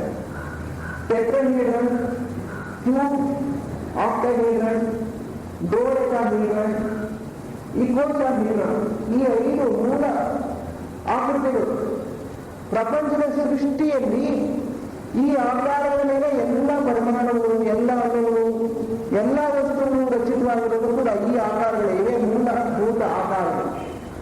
ಈ ಆಕಾರಗಳನ್ನ ಬೇರೆ ಬೇರೆ ರೀತಿಯಾಗಿ ಜೋಡಿಸಿಕೊಂಡು ಬೇರೆ ಬೇರೆ ರೀತಿಯಾಗಿರ್ತಕ್ಕಂಥ ಪರಮಾಣುಗಳು ಸೃಷ್ಟಿಯಾಗಿವೆ ಅಂತ ಹೇಳಿ ಅಕ್ಕಲ್ ಕೆಮಿಸ್ಟ್ರಿಯಿಂದ ನಮಗೆ ಗೊತ್ತಾಗುತ್ತೆ. ಅವರು ಕೆಲವು ವಿಧವಾಗಿರ್ತಕ್ಕಂಥ ಆಟಮ್ಸ್ನ ಚಿತ್ರಗಳನ್ನು ಕೂಡ ಕೊಟ್ಟಿದ್ದಾರೆ. ಉದಾಹರಣೆಗೆ ಇದು ಐರನ್, ಕೋಬಾಲ್ಟ್, ನಿಕಲ್, ಕಬ್ಬಿಣ, ಕೋಬಾಲ್ಟ್ ಮತ್ತು ನಿಕಲ್ ಈ 3 ವಸ್ತುಗಳ ಪರಮಾಣುಗಳು ಈ ಒಂದು ಜೋಡಣೆಯ ಆಧಾರದ ಮೇಲೆ ಇವೆ. ಹಾಗೆ ಆರ್ಗಾನ್, ಕ್ರಿಪ್ಟಾನ್, ನಿಯಾನ್ ಅಂತ ಹೇಳಿ ಗಾಳಿಯಲ್ಲಿರ್ತಕ್ಕಂಥ ರಾಸಾಯನಿಕವಾಗಿ ಏನು ಯಾವ ವಿಧವಾಗಿರ್ತಕ್ಕಂತಹ ಸಂಯೋಗದಲ್ಲಿ ಪಾತ್ರ ವಹಿಸದೇ ಇರ್ತಕ್ಕಂಥದ್ದು ಆ ವಾಯುಗಳ ಆ ಪರಮಾಣುಗಳು ಈ ರೀತಿಯಾಗಿ ಆಕೃತಿಯಲ್ಲಿವೆ. ಇಂತಹ ಅನೇಕ ಚಿತ್ರಗಳು, ಇವುಗಳಲ್ಲಿ ಒಂದೊಂದನ್ನು ಮೂಲ ಪರಮಾಣುಗಳು ಎಷ್ಟಿವೆ ಇದನ್ನೆಲ್ಲ ಈ ಅಕ್ಕಲ್ ಕೆಮಿಸ್ಟ್ರಿಯಲ್ಲಿ ವಿವರಿಸಿದ್ದಾರೆ. ಅಕ್ಕಲ್ ಕೆಮಿಸ್ಟ್ರಿಯಲ್ಲಿ ವಿವರಣೆ ಕೊಟ್ಟ ಮೇಲೆ ಹಲವಾರು ಮೂಲ ವಸ್ತುಗಳು ಇನ್ನು ವಿಜ್ಞಾನಿಗಳು ಕಂಡುಹಿಡಿದಿರಲಿಲ್ಲ. ಅವರು ಇದರಲ್ಲಿ ಬರೆದದ್ದನ್ನು ನೋಡಿಕೊಂಡು ಅವರಿಗೋಸ್ಕರ ವಿಜ್ಞಾನಿಗಳು ಹುಡುಕಿ ಆ ಮೂಲ ವಸ್ತುಗಳನ್ನ ಪತ್ತೆ ಮಾಡಿದ್ರು. ಆಮೇಲೆ ಅದರಿಂದ ಇವರು ಸ್ವಲ್ಪ ವಿಜ್ಞಾನದ ಬೆಳವಣಿಗೆ ಕೂಡ ಇದು ಸಹಾಯ ಮಾಡಿದೆ ಅಂತ ಹೇಳ್ಬಿಟ್ಟು ಹೇಳ್ಬೋದು. ಥಿಯಾಸಫಿ ಅಂಡ್ ಮಾಡರ್ನ್ ಥಾಟ್ ಅಂತ ಹೇಳ್ಬಿಟ್ಟು ಕೆಳಗಡೆ ಇರ್ತದೆ ಅವರ ಭಾವಚಿತ್ರ. ಥಿಯಾಸಫಿ ಈಗಿನ ಆಧುನಿಕ ಯುಗಕ್ಕೂ ಕೂಡ ಯಾವ ರೀತಿಯಲ್ಲಿ ಥಿಯಾಸಫಿ ಈ ಸಮಸ್ಯೆಗಳನ್ನೆಲ್ಲ ಪರಿಹರಿಸಬಹುದು ಅಂತ ಹೇಳಿಬಿಟ್ಟು ಅದರ ಬಗ್ಗೆ ಒಂದು ಪುಸ್ತಕವನ್ನ 1914ನೇ ಇಸ್ವಿಯಲ್ಲಿ ಅವರು ಬರೆದರು. ಅಶೋಕ ಚಕ್ರ ಮೂವ್ಮೆಂಟ್ ಅಂತ ಹೇಳ್ಬಿಟ್ಟು ಒಂದು ಆರ್ಗನೈಸೇಷನ್ ಸ್ಟಾರ್ಟ್ ಮಾಡಿದ್ರು ಜಿಂದಾಲ್ದ. ಅದು ಸ್ಟಾರ್ಟ್ ಆದಾಗ ನನಗೆ ಚೆನ್ನಾಗಿ ಆಗ್ತಾ ಇದೆ. ನಾವೆಲ್ಲರೂ ಕೂಡ ಅಶೋಕ ಚಕ್ರ ಅಂತ ಹೇಳ್ಬಿಟ್ಟು ಅದಕ್ಕೋಸ್ಕರನೇ ವಾರದಲ್ಲಿ ಒಂದು ದಿವಸ ಮೀಸಲಾಗಿ ಒಂದು ಮೀಟಿಂಗ್ ನಡೆಸ್ತಾ ಇದ್ವಿ. ಅಶೋಕ್ ಚಕ್ರ ಅವರು ಯಾಕೆ ಸ್ಥಾಪನೆ ಮಾಡಿದ್ರು ಆ ಒಂದು ಚಳುವಳಿಯನ್ನ ಅಂತ ಹೇಳಿದ್ರೆ, ಸಾರ್ವಜನಿಕ ಜೀವನದಲ್ಲಿ ನೀತಿ ಮೌಲ್ಯಗಳು ಬಹಳವಾಗಿ ಕುಗ್ಗಿ ಹೋಗಿವೆ. ಅವ್ರ ಕಾಲದಲ್ಲಿ ಅವ್ರು ಹೇಳ್ತಾ ಇದ್ದಾರೆ, ಈ ಕಾಲದಲ್ಲಿ ಏನಾದರೂ ಅವರು ಜನ ತಾಳಿದ್ರೆ ಏನು ಹೇಳ್ತಾ ಇದ್ರು ಏನು. ಇವತ್ತು ನ್ಯೂಸ್ ಪೇಪರ್ ನಾವು ತೆಗೆದುಕೊಂಡು ಹೋದ್ರೆ ಬರೀ ಸ್ಕ್ಯಾಮ್ಗಳು, ಬರೀ ಸುಳ್ಳು ಹೇಳುಗಳು, ಇವ್ರು ಮಾಡಿರೋ ಲಂಚಗಳು, ಋಷಿವತ್ತುಗಳು, ಅಧಿಕಾರದ ದುರುಪಯೋಗ ಇಷ್ಟೊಂದು ಇರಲಿಲ್ಲ ಆ ಕಾಲದಲ್ಲಿ. ಆಗಲೂ ಅವರ ಸಾರ್ವಜನಿಕ ಜೀವನದಲ್ಲಿ ನೀತಿ ಮೌಲ್ಯಗಳು ಸಾಲದು. ಸಾರ್ವಜನಿಕ ಜೀವನದಲ್ಲಿ ಆಧ್ಯಾತ್ಮಿಕ ಅಂಶ ಹೇಗಿರ್ಬೇಕು ಅನ್ನೋ ಬಗ್ಗೆನೇ ಒಂದು ಪುಟ್ಟ ಕಿರು ಗ್ರಂಥವನ್ನು ಅವರು ಬರೆದಿದ್ದಾರೆ. ಆಧ್ಯಾತ್ಮಿಕತೆಯಲ್ಲಿ ಉನ್ನತ ಮಟ್ಟಕ್ಕೆ ಬೆಳೆಯತಕ್ಕಂಥ ವ್ಯಕ್ತಿಗಳು ರಾಜ್ಯದ ಆಡಳಿತಗಾರರಾಗಿರ್ಬೇಕು ಅನ್ನೋದು ಅದು ಹಿಂದಿನ ಕಾಲದಿಂದಲೂ ಬಂದಿರತಕ್ಕಂಥದ್ದು. ಮಹಾರಾಜರು ಕೂಡ ದೈವಾಂಶ ಸಂಭೂತರು ಅನ್ನೋ ಒಂದು ನಂಬಿಕೆ ಇತ್ತು. ಆಗಿನ ಕಾಲದಲ್ಲಿ ಅಂಥ ಜನರನ್ನೇ ರಾಜರಾಗಿ ಹುಡ್ತಾ ಇದ್ರು ಅಂತ ಕಾಣಿಸುತ್ತೆ. ಆಧ್ಯಾತ್ಮಿಕ ಮಾರ್ಗದಲ್ಲಿ ಬೆಳೆದಿರ್ತಕ್ಕಂಥ ವ್ಯಕ್ತಿಗಳು ರಾಜಮನೆತನದಲ್ಲಿ ತಾವು ಜನ್ಮವನ್ನು ಧರಿಸಿ ಆಡಳಿತವನ್ನು ನಡೆಸ್ತಾ ಇದ್ರು. ಉದಾಹರಣೆಗೆ ಪ್ರತಿಯೊಂದು ಮಹಾವಂಶ ರೂಪರೇಖೆ ಪ್ರಾರಂಭ ಆಗುವಾಗಲೂ ಕೂಡ ಮನುವೇನೆ ಅಲ್ಲಿ ಅವತಾರವನ್ನ ಎತ್ತುತ್ತಾರೆ. ಮನು ತಾನಾಗೇ ಸ್ವತಃ ಮನುಷ್ಯ ರೂಪದಲ್ಲಿ ಹುಟ್ಟಿ ತನ್ನ ಉನ್ನತ ಮಟ್ಟದ ಶಿಷ್ಯರನ್ನ ತನ್ನ ಮಕ್ಕಳನ್ನಾಗಿ ಪಡೆದು ಅವರು ಅಧಿಕಾರಕ್ಕೆ ಬರೋ ಹಾಗೆ ಅವನು ನೋಡ್ಕೊಳ್ತಾನೆ. ಹೀಗೆ ಒಂದೊಂದು ಮಹಾವಂಶ, ಆರ್ಯ ಮಹಾವಂಶ ಪ್ರಾರಂಭ ಆದಾಗಲೂ ಕೂಡ ಮನು ಅವನು ಅವತಾರ ಮಾಡಿದ್ದ. ಬೋಧಿಸತ್ವರು ಮತ್ತು ಮನು. ಬೋಧಿಸತ್ವರು ಅನ್ನೋರು ಅವರು ಅವತಾರ ಮಾಡಿ ಮಾತುಗಳನ್ನ ಬೋಧಿಸ್ತಾರೆ. ಮನು ತಾನು ಅವತಾರ ಮಾಡಿ ಆಡಳಿತವನ್ನು ಅವನು ನೋಡ್ಕೊಳ್ತಾನೆ. ಹೀಗೆ ಎರಡು ಶಾಖೆಗಳಿವೆ. ಒಂದು ಆಡಳಿತವನ್ನು ನೋಡ್ಕೊಳ್ಳೋದು ಮತ್ತು ಮನುಷ್ಯರ ಆಕೃತಿ ಹೇಗಿರ್ಬೇಕು ಅಂತ ನಿರ್ಧಾರ ಮಾಡೋದು. ಅವರು ಉದ್ದ ಎಷ್ಟಿರ್ಬೇಕು, ಅವ್ರ ಹೈಟು, ಅವರ ವೆಯ್ಟು, ಅವ್ರ ಕೂದಲಿನ ಚರ್ಮದ ಬಣ್ಣ, ಅವ್ರ ಕೂದಲಿನ ಟೆಕ್ಸ್ಚರು, ಇವನ್ನೆಲ್ಲ ನಿರ್ಧಾರ ಮಾಡೋದು ಮನು. ಆ ಉಪವಂಶಗಳು, ಒಂದೊಂದು ಉಪವಂಶಕ್ಕೆ ಏನೇನು ಬೇಡಗಳು ಬರಬೇಕು, ಮೆದುಳಿನ ಬೆಳವಣಿಗೆ ಎಷ್ಟು ನಡೀಬೇಕು, ಇದನ್ನೆಲ್ಲ ಮನು ನೋಡ್ಕೊಳ್ತಾನೆ. ಆಯಾ ಜನರಿಗೆ ಬೇಕಾದಂಥ ಮಾತುಗಳು, ಅವರ ಉಪದೇಶಗಳು, ಬೋಧೆ ಹೇಗೆ ಕೊಡಬೇಕು ಅನ್ನೋದನ್ನ ಬೋಧಿಸುತ್ತಾ ನೋಡ್ಕೊಳ್ತಾನೆ. ಮನು ಅಥವಾ ಆಡಳಿತ ವರ್ಗದ ಅದನ್ನ ಮೊದಲನೇ ರೇಖೆ ಸೇರುವವರು ಮಾಡ್ಕೋತಾರೆ. ಈ ಬೋಧೆಗಳನ್ನ ಕೊಡ್ತಕ್ಕಂಥವರು ಎರಡನೇ ರೇಖೆಯವರು. 7 ರೇಖೆಗಳಿವೆ. ಜಿಂದಾದಾಸರು ಎರಡನೇ ರೇಖೆಗೆ ಸೇರಿರ್ತಕ್ಕಂಥವ್ರು. ಇವರ ಆಧ್ಯಾತ್ಮಿಕ ಗುರುಗಳು ಮಾಸ್ಟರ್ ಕೂತ್ಕೊಂಡಿಯವರು. ಅವರು ಒಂದು ಪುಸ್ತಕ ಬರೆದಿದ್ದಾರೆ. ಅವರ ಕೆಲವು ಒಂದೆರಡು ಪುಟ್ಟ ಪುಸ್ತಕಗಳನ್ನ ನಾನಿಲ್ಲಿ ಸುಮ್ಮನೆ ನಿಮಗೆ ತೋರಿಸೋದಕ್ಕೆ ಅಂತ ತಂದಿದ್ದೀನಿ. ನೀವು ಅಡಿಯಾರ್ ಹೋದ್ರೆ ಅಲ್ಲಿ ನೋಡಿ, PGH ಹೋದ್ರೆ ಇಂಗ್ಲಿಷ್ ಬರೋರೆಲ್ಲರೂ ಕೂಡ ಜಿಂದಾದಾಸರ ಪುಸ್ತಕಗಳನ್ನ ಪುಟ್ಟ ಪುಸ್ತಕಗಳು, ಅವಕ್ಕೇನು ಹೆಚ್ಚಿಗೆನೇನು ಇರಲ್ಲ, ಕೊಂಡ್ಕೋಬಹುದು. ಫ್ಲವರ್ಸ್ ಅಂಡ್ ಗಾರ್ಡನ್ಸ್ ಅಂತ ಹೇಳಿ ಒಂದು ಪುಟ್ಟ ಪುಸ್ತಕ ಅವ್ರು ಬರೆದಿರ್ತಕ್ಕಂಥದ್ದು. ಅದ್ರಲ್ಲಿ ಬರೀತಿದ್ದಾರೆ, ಇಟ್ಸ್ ಎ ಡ್ರೀಮ್ ಸ್ಟ್ರಕ್ಚರ್ ಅಂತ. ಅವ್ರಿಗೆ ಕನಸು ಬಿತ್ತಂತೆ. ಆ ಕನಸು ಬಿದ್ದದನ್ನ ಅವರಿಗೆ ತಿಳಿದಂಥ ವಿಷಯವನ್ನು ಅವರು ಪುಸ್ತಕ ರೂಪದಲ್ಲಿ ಬರೆದಿದ್ದಾರೆ. ಅದರಲ್ಲಿ ಡೆಡಿಕೇಶನ್ ಬರೆದಿದ್ದಾರೆ. To the master Kuthumi who sent the dream. ಅವರ ಮಾಸ್ಟರು, ಅವರ ಗುರುಗಳು ಕೂತ್ಮಿಯವರು, ಅವರು ನನಗೆ ಈ ಕನಸನ್ನ ಕಲಿಸ್ಕೊಟ್ರು. ಆದ್ರಿಂದ ನಾನು ಈ ಪುಸ್ತಕವನ್ನ ಅವರಿಗೆ ಅರ್ಪಿಸಿದ್ದೇನೆ ಅಂತ ಹೇಳಿ ಈ ಪುಸ್ತಕ, ಪುಟಾಣಿ ಪುಸ್ತಕ ಬಹಳ ಚೆನ್ನಾಗಿದೆ. ಇದರೊಳಗಿರ್ತಕ್ಕಂಥ ವಿಷಯ flowers and gardens. He was a mystic also. ಅನುಭವ ಶಕ್ತಿ ಇದರಲ್ಲಿ ಚೆನ್ನಾಗಿ ಬೆಳೆದಿತ್ತು. ಆ ಅನುಭವದಿಂದ ಅವರಿಗೆ ಅನೇಕ ಸತ್ಯಗಳ ಅರಿವು ಆಂತರಿಕವಾಗಿ ಆಗ್ತಾ ಇತ್ತು. ಆ ರೀತಿ ಒಳಗಡೆ ಆದಂಥ ಅನುಭವವನ್ನ ಅವರು ಕವನಗಳ ಮೂಲಕವಾಗಲಿ ಅಥವಾ ಲೇಖನಗಳ ಮೂಲಕವಾಗಲಿ ಭಾಷಣಗಳ ಮೂಲಕವಾಗಲಿ ಹೇಳ್ತಾ ಇದ್ದಾರೆ. ದಿ ವಂಡರ್ ಚೈಲ್ಡ್ ಅಂತ ಹೇಳಿ ಇದೊಂದು ಪುಟ್ಟ ಪುಸ್ತಕ. ಆಶ್ಚರ್ಯಕರವಾಗಿರ್ತಕ್ಕಂಥ ಒಂದು ಮಗು ಅಂತ ಹೇಳಿ ಇದನ್ನ ಪುಸ್ತಕದಲ್ಲಿ ಓದ್ತು ಅಂತ ಹೇಳಿದ್ರೆ, ಒಂದು ಮಗು ಹೇಗೆ ಎಷ್ಟು ಇನ್ನೋಸೆಂಟ್ ಆಗಿರುತ್ತೆ, ಅದರಲ್ಲಿ ಯಾವ ಒಂದು ಪಾಪದ ಅಂಶವೂ ಕೂಡ ಇರೋದಿಲ್ಲ, ನಿರ್ಮಲವಾದ ಜ್ಞಾನ ಅವರ ಹೃದಯದಲ್ಲಿ ಹೇಗೆ ಉದಯಿಸುತ್ತೆ. ಒಂದು ಕಮ್ಯುನಿಟಿಯಲ್ಲಿ ಅವ್ರು ಬರೆದಿರೋರು, ಅವರು ಸಾರಾಂಶ ಹೇಳೋದಿದ್ರೆ, ಒಂದು ಗುಂಪಿನ ಜನಾಂಗದವರು ರಾಜನನ್ನ ಆರಿಸ್ಬೇಕು, ಒಬ್ಬ ಆದರ್ಶ ರಾಜ ನಮಗೆ ಬೇಕು ಅಂತ ಹುಡುಕ್ತಾ ಇದ್ರು. ಯಾವ ರಾಜ ಬಂದರೂ ಕೂಡ ಏನೋ ತೊಂದರೆ ಬರ್ತಾನೇ ಇತ್ತು. ದೇರ್ ವಾಸ್ ಲಾ ಬ್ರೇಕಿಂಗ್, ನಿಯಮದ ಭಂಗ ನಡೀತಾ ಇತ್ತು, ಎಲ್ರಿಗೂ ಕೂಡ ತೊಂದರೆ ಆಗ್ತಾ ಇತ್ತು. ಅದಕ್ಕೋಸ್ಕರ ಮೊದಲು ರಾಜನನ್ನ ಆಡಳಿತಗಾರ ಮಾಡಿದ್ರಂತ. ಅವನು ಸರಿಯಾಗಿ ಅವನ ಕಾಲದಲ್ಲೂ ನಿಯಮ ಭಂಗ ನಡೀತಾ ಇತ್ತು. ಆಮೇಲೆ ರಾಣಿಯನ್ನ ನೀನು ಸಿಂಹಾಸನ ಮೇಲೆ ಕೂತ್ಕೊ ಅಂತ ಅವಳನ್ನು ಕೂರಿಸಿದ್ರು. ಅವ್ರ ಕಾಲದಲ್ಲೂ ಸ್ವಲ್ಪ ದಿನ ಆಡಳಿತ ಚೆನ್ನಾಗಿತ್ತು, ಆಮೇಲೆ ನಿಯಮ ಭಂಗ ಪ್ರಾರಂಭ ಆಯಿತು. ಆಮೇಲೆ ರಾಜ್ಕುಮಾರನ, ಆಮೇಲೆ ರಾಜ್ಕುಮಾರಿನ, ಆಮೇಲೆ ಎರಡನೇ ರಾಜ್ಕುಮಾರನ, ಆಮೇಲೆ ಎರಡನೇ ರಾಜ್ಕುಮಾರಿನ, ಹಿಂಗೆ ಕೊಟ್ಟಿ ನೋಡಿದ್ರು ಎಲ್ಲರ ಕಾಲದಲ್ಲೂ ನಿಯಮ ಭಂಗ ಆಗ್ತಾ ಇತ್ತು. ಕೊನೆಗೆ ಒಂದು ಮಗು ಹೇಳುತ್ತೆ, ಎಲ್ಲರೂ ಕೂಡ ಅವರವರೇನೆ ನಿಮ್ಮ ಹೃದಯದಲ್ಲಿರ್ತಕ್ಕಂಥ ತಪ್ಪನ್ನ ನೀವೇ ಗುರುತಿಸ್ಕೊಂಡು ನಿಮ್ಮನ್ನು ನೀವೇ ತಿದ್ದುಕೊಳ್ಳಿ, ಆವಾಗ ಆಡಳಿತ ಸರಿ ಹೋಗುತ್ತೆ. ಹಾಗೆ ಎಲ್ಲರೂ ಕೂಡ ತಮ್ಮಲ್ಲಿರೋ ದೋಷಗಳನ್ನ ತಾವೇ ನೋಡಿಕೊಂಡು ಸರಿ ಮಾಡ್ಕೊಂಡ್ಮೇಲೆ ಅಪರಾಧಗಳ ಸಂಖ್ಯೆ ತಾನೇ ಕಡಿಮೆ ಆಗೋದು. ಹೀಗೆ ಒಂದು ಮಗುವಿನ ಶುದ್ಧವಾದ ಹೃದಯದಲ್ಲಿ ಹೇಗೆ ಒಂದು ಜ್ಞಾನ ಉದ್ಭವವಾಗುತ್ತೆ ಅನ್ನೋದ್ರ ಬಗ್ಗೆ ವಂಡರ್ ಚೈಲ್ಡ್ ಅನ್ನೋ ಒಂದು ಪುಸ್ತಕವನ್ನು ಬರೆದಿದ್ದಾರೆ. ಈಸ್ಟ್ ಬಿ ಅಂತ ಹೇಳಿ ಮತ್ತೊಂದು ಪುಟಾಣಿ ಪುಸ್ತಕ. ಈಗ ಪ್ರಪಂಚದ ಸ್ಥಿತಿ ಹೇಗಿದೆ, ಇದು ಇರಬೇಕಾದ್ರೆ ಹೇಗೆ ಆದರ್ಶವಾಗಿತ್ತು ಅಂತಂದ್ರೆ ಅದು ಹೇಗೆ ಇರಬೇಕು ಅನ್ನೋದ್ರ ಬಗ್ಗೆ ನಮ್ಮ ಮನಸ್ಸಿಗೆ ಕಂಡದ ಒಂದು ಅನುಭವದಿಂದ ಅವ್ರಿಗೆ ಕಂಡಿರ್ತಕ್ಕಂಥ ದೃಶ್ಯವನ್ನು ಅವರು ವರ್ಣಿಸ್ತಾರೆ. ಹೀಗೆ ಈ ಅನುಭವ ಸಾಹಿತ್ಯ, ಇಂಟ್ಯೂಷನಲ್ ನಾಲೆಡ್ಜ್ ನಮಗೆ ಹೆಚ್ಚಾಗಿ ಸಿಗೋದಿಲ್ಲ ಫಿಲಾಸಫಿಯಲ್ಲಿ, ಬೇರೆ ಗ್ರಂಥಗಳಲ್ಲಿ. ಜಿಂದ್ವಾಲ್ದಾಸರ ಕೃತಿಗಳಲ್ಲಿ ಈ ಅನುಭವದಿಂದ ತಮ್ಮ ಅಂದ್ರೆ ಬುದ್ಧಿಶಕ್ತಿಯ ಮೂಲಕ ಅವ್ರಿಗೆ ಏನೇನು ಸತ್ಯಗಳು ಗೋಚರವಾಯಿತೋ ಅದನ್ನೆಲ್ಲ ಜಿಂದ್ವಾಲ್ದಾಸರು ಬರೆದಿದ್ದಾರೆ. He was a mystic as well as a yogi and he was also a poet. ಅವರು ಹಿಂದಿನ ಯಾವುದೋ ಒಂದು ಜನ್ಮದಲ್ಲಿ ಛತ್ತ ಅಂತ ಹೇಳಿ ಆಗಿದ್ರು ಅಂತ ಹೇಳಿ ನನಗೆ ಕೆಲವರು ಲೀಡರ್ಸ್ ಹೇಳಿದ್ದಾರೆ. ಅಂದ್ರೆ ಬುದ್ಧನ ಒಬ್ಬ ಶಿಷ್ಯ ಛತ್ತ ಅಂತ ಹೇಳಿ. ಆ ಹುಡುಗನ ಕಥೆಯನ್ನ ಅನೇಕರು ಗೊತ್ತಿರ್ಬೇಕು. ಅವನು ಚಿಕ್ಕ ಹುಡುಗ ಕಾಡಿನಲ್ಲಿ ಹೋಗ್ತಾ ಇರ್ತಾನೆ. ಅವನಿಗೆ ಗುರು ದಕ್ಷಿಣೆ ಅಂತ ಹೇಳ್ಬಿಟ್ಟು ಸ್ವಲ್ಪ ಎಷ್ಟು 100 ಏನೋ ಸುವರ್ಣದ ನಾಣ್ಯಗಳನ್ನ ಅವನ ಮನೆಯಿಂದ ಕಳಿಸಿರ್ತಾರೆ ಗುರುವಿಗೆ ಅರ್ಪಣೆ ಮಾಡೋಕೆ ಅಂತ. ವಿದ್ಯಾಭ್ಯಾಸ ಪಡ್ಕೊಳ್ಬೇಕು ಅಂತ ಅವನು ಹೊರಟಿರ್ತಾನೆ.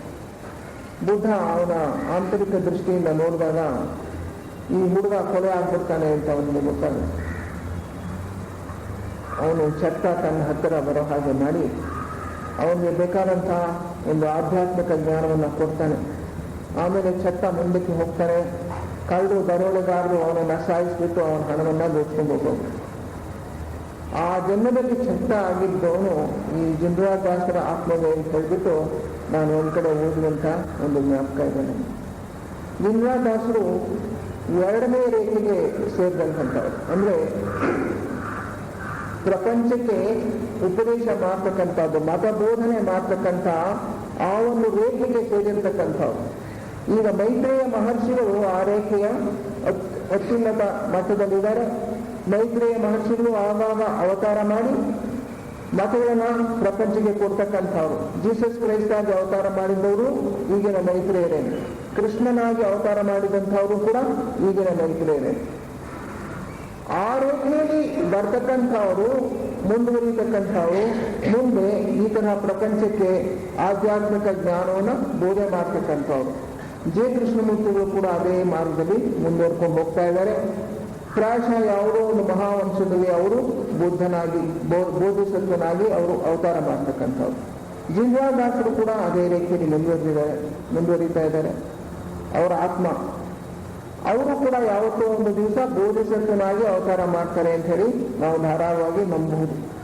ಹೀಗೆ ಪ್ರಪಂಚಕ್ಕೆ ಆಧ್ಯಾತ್ಮಿಕ ಜ್ಞಾನ ಕೊಡೋದೇ ತಮ್ಮ ಅತ್ಯುನ್ನತವಾಗಿರ್ತಕ್ಕಂಥ ಸೇವೆ ಅಂತ ಹೇಳಿ ಅವರು 100% ತಮ್ಮನ್ನ ತಾವು ಅರ್ಪಣೆ ಮಾಡ್ಕೊಂಡಿದ್ದರು. And he made a lot of stress on beauty. ಸೌಂದರ್ಯವೂ ಕೂಡ ಭಗವಂತನ ಒಂದು ಮುಖ ಅಂತ ಹೇಳಿ ನಮಗೆ ಒತ್ತಿ ಹೇಳ್ತಾ ಇದ್ರು. ಅವರ ಭಾಷಣಗಳಲ್ಲಿ ಅದನ್ನು ಕೂಡ ಅವರು ಒತ್ತಿ ಹೇಳ್ತಾ ಇದ್ರು. ಹರಿಯಾಣದಲ್ಲಿ ಎಸ್ಟೇಟನ್ನ ಬಹಳ ಸುಂದರವಾಗಿ ಅವರು ಇಟ್ಕೊಂಡಿದ್ರು. ಹೂವಿನ ಅನೇಕ ಗಿಡಗಳನ್ನು ಹಾಕಿಸೋದು ಮತ್ತು ಅಲ್ಲಿಯ ರಸ್ತೆಗಳಲ್ಲೂ ಕೂಡ ಪರಿಶುದ್ಧವಾಗಿರೋ ಹಾಗೆ ನೋಡ್ಕೊಳ್ಳೋದು. ಕ್ಲೆನ್ಲಿನೆಸ್, ಶುಚಿತ್ವ, ಪರಿಶುದ್ಧತೆ ಮತ್ತು ಸೌಂದರ್ಯ ಎಲ್ಲವೂ ಕೂಡ ಅದರ ಸ್ಥಾನದಲ್ಲಿ ಅದರಲ್ಲಿ ಇರಬೇಕು. ಪ್ರತಿಯೊಂದನ್ನು ಕೂಡ ಭಗವಂತನ ನಿಯಮಗಳಿಗೆ ಅನುಸಾರವಾಗಿ ನಾವು ಜೀವನ ಮಾಡಬೇಕು ಅನ್ನೋದು ಅವರ ಗುರಿಯಾಗಿತ್ತು. ಆರ್ಟ್ ಆ್ಯಂಡ್ ಬ್ಯೂಟಿ, ಕಲೆ ಮತ್ತು ಸೌಂದರ್ಯ ಇವು ಕೂಡ ಥಿಯಾಸಫಿಯ ಮುಖಗಳು, ಇವು ಸತ್ಯದ ಮುಖಗಳು. ನಾವು ಹೇಳ್ತೇವೆ ಸತ್ಯಂ ಶಿವಂ ಸುಂದರಂ ಅಂತ ಹೇಳ್ಬಿಟ್ಟು ಹಿಂದೂ ಮತದಲ್ಲಿಯೂ ಹೇಳಿದ್ದಾರೆ, ಸತ್ಯವಾಗಿರಬೇಕು, ಮಂಗಳಕರವಾಗಿರಬೇಕು, ಸುಂದರವಾಗಿರಬೇಕು ಅನ್ನೋದು. ಆದರೂ ಸೌಂದರ್ಯದ ಮೂಲಕ ಭಗವಂತನನ್ನು ಆರಾಧಿಸಬಹುದು, ಕಲೆಯ ಮೂಲಕ ಭಗವಂತನನ್ನು ಸೇರ್ಬೋದು ಅನ್ನೋದನ್ನ ಇವರು ಒತ್ತಿ ಹೇಳ್ತಾರೆ. ಕಲೆ ಅನ್ನೋದು ಸುಂದರವಾದ ಚಿತ್ರಗಳನ್ನು ಬರೆಯತಕ್ಕಂಥದ್ದು ಚಿತ್ರಕಲೆ, ಅಥವಾ ಉನ್ನತ ಮಟ್ಟದ ಹಾರ್ಮೋನಿಯಸ್ ಸೌಂಡ್ಸ್, ಸಾಮರಸ್ಯದಲ್ಲಿರ್ತಕ್ಕಂಥ ಸುಸ್ವರಗಳನ್ನು ಕಲಿತು ಅದರ ಮೂಲಕ ಹಾಡುಗಳನ್ನು ಹಾಡ್ತಕ್ಕಂಥದ್ದು. ಪಾಶ್ಚಿಮಾತ್ಯ ಸಂಗೀತ ಆಗ್ಬೋದು, ಪೌರಾತ್ಯ ಸಂಗೀತ ಆಗ್ಬೋದು. ಸಾಮರಸ್ಯ ಮುಖ್ಯ. ಆ ಸಾಮರಸ್ಯದ ಧ್ವನಿ, ಅದರ ಮೂಲಕ ಭಗವಂತನನ್ನು ಆರಿಸ್ತಕ್ಕಂಥದ್ದು ನಾದೋಪಾಸನೆ. ಹಾಗೆಯೇ ಶಿಲ್ಪಗಳು, ಪ್ರತಿಯೊಂದು ಕಲೆಯ ಲಲಿತ ಕಲೆಯ ಮೂಲಕೂ ಕೂಡ ನಮ್ಮ ಬುದ್ಧಿಶಕ್ತಿಯನ್ನು ವಿಕಾಸ ಮಾಡ್ಕೋಬಹುದು, ನಮ್ಮ ಒಳಗಿರ್ತಕ್ಕಂಥ ಬುದ್ಧಿಶಕ್ತಿಯನ್ನು ವಿಕಾಸ ಮಾಡ್ಕೋಬಹುದು. ಅದರ ಮೂಲಕ ನಾವು ಭಗವಂತನನ್ನು ಸೇರ್ಬೋದು ಅನ್ನೋದು ಅವರ ಒಂದು ವಾದವಾಗಿದೆ. ಅದರಿಂದ ಅವರ ಈ ಪುಸ್ತಕದಲ್ಲಿ ನಿಮಗೆ ಬೇರೆ ತೀರ್ಥಾಸ್ತ್ರ ಗ್ರಂಥಗಳಲ್ಲಿ ಸಿಗೋದಿಲ್ಲ ಈ ತರಹ. ಬ್ಯೂಟಿ, ಸೌಂದರ್ಯದಲ್ಲಿ inner government of the world ಆದ್ಮೇಲೆ god plan which is revolution, ದೇವರ ಯೋಜನೆ, ವಿಕಾಸ ಯೋಜನೆ, ಇವರಿಗೆ ಸೌಂದರ್ಯದ ಪಾತ್ರ ಏನು, ಭಗವಂತನ ಸೃಷ್ಟಿಯಲ್ಲಿ ಹೇಗೆ ಸೌಂದರ್ಯ ಅನ್ನೋದು ನಮಗೆ ಅನೇಕ ವಸ್ತುಗಳಲ್ಲಿ ಹೇಗೆ ವ್ಯಕ್ತವಾಗ್ತಾ ಇದೆ ಅನ್ನೋದನ್ನು ಅವರು ಬೇಕಾದಷ್ಟು ಚಿತ್ರದ ಮೂಲಕ ಬಂದಿದ್ದಾರೆ. ಎಲೆಗಳು, ಶಂಖಗಳು. ಈ ಶಂಖ ನೋಡಿ, ಇರ್ತಕ್ಕಂಥದ್ದೆಲ್ಲ ಲಾಗರ್ಗಳಿಗೆ ಕರುಸು. ಸಮುದ್ರ ತೀರದಲ್ಲಿ ನಮಗೆ ಶಂಖ ಸಿಗುತ್ತೆ. ಆಗ ಶಂಖದಲ್ಲಿರ್ತಕ್ಕಂಥ ಒಂದು ಸೌಂದರ್ಯವನ್ನ ನಾವು ಅಷ್ಟು ಆಳವಾಗಿ ವಿಮರ್ಶೆ ಮಾಡೋದಕ್ಕೆ ಹೋಗೋದಿಲ್ಲ. ಅದರಲ್ಲಿರ್ತಕ್ಕಂಥ ಈ ವಕ್ರ ರೇಖೆಗಳು ಒಂದು ನಿಯಮಕ್ಕೆ, ಗಣಿತ ನಿಯಮಕ್ಕೆ ಅನುಸಾರವಾಗಿ ಅದು ಸೃಷ್ಟಿಯಾಗಿದೆ. ಎಲೆಗಳು 5 ಎಲೆಗಳು ಜೋಡಿರ್ತಕ್ಕಂಥ ಒಂದು ಎಲೆ, ಆ ಎಲೆಗಳಲ್ಲಿ ಇರ್ತಕ್ಕಂಥ ಮಧ್ಯೆ ಇರ್ತಕ್ಕಂಥ ಕೋಣ, ಇದೆಲ್ಲೂ ಕೂಡ ಸಮಾಕೃತಿಯಲ್ಲಿದೆ. ಹಾಗೆ ಪ್ರಪಂಚದಲ್ಲಿ, ಪ್ರಕೃತಿಯಲ್ಲಿ ನಮಗೆ ಬೇಕಾದಷ್ಟು ಸೌಂದರ್ಯ ಕಾಣಿಸುತ್ತೆ, ನಾವು ಅದನ್ನು ಗಮನಿಸೋದಿಲ್ಲ. ಇದು ಒಂದು ಮೀನಿನ ಚಿತ್ರ, ಇದು ಬೆಕ್ಕು ತನ್ನ ಆರ್ಚ್ ಮಾಡಿಕೊಂಡಾಗ, ಅಂದ್ರೆ ಬೆನ್ನೆಲುಬನ್ನ ಒಂದು ರೀತಿಯಲ್ಲಿ ಬಗ್ಸಿ ವಿಶ್ರಾಂತಿ ತಗೊಳ್ಳೋದು.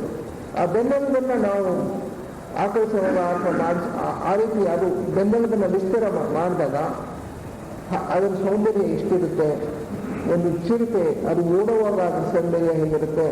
ಹೀಗೆ ಪ್ರಾಣಿಗಳ ಮೂಲಕ, ಪಕ್ಷಿಗಳ ಮೂಲಕ, ಮತ್ತೆ ಗಿಡ, ಪಕ್ಷಿಗಳು, ಹೂವು, ಇವೆಲ್ಲರ ಮೂಲಕವೂ ಕೂಡ ಭಗವಂತ ವ್ಯಕ್ತವಾಗ್ತಾ ಇದ್ದಾನೆ. ಪ್ರಕೃತಿಯಲ್ಲಿ ಎಲ್ಲೆಲ್ಲಿಯೂ ಕೂಡ ಸೌಂದರ್ಯ ತಾಂಡವವಾಗ್ತಾ ಇದೆ, ನಾವು ಕಣ್ಮುಚ್ಕೊಂಡಿದ್ದೇವೆ.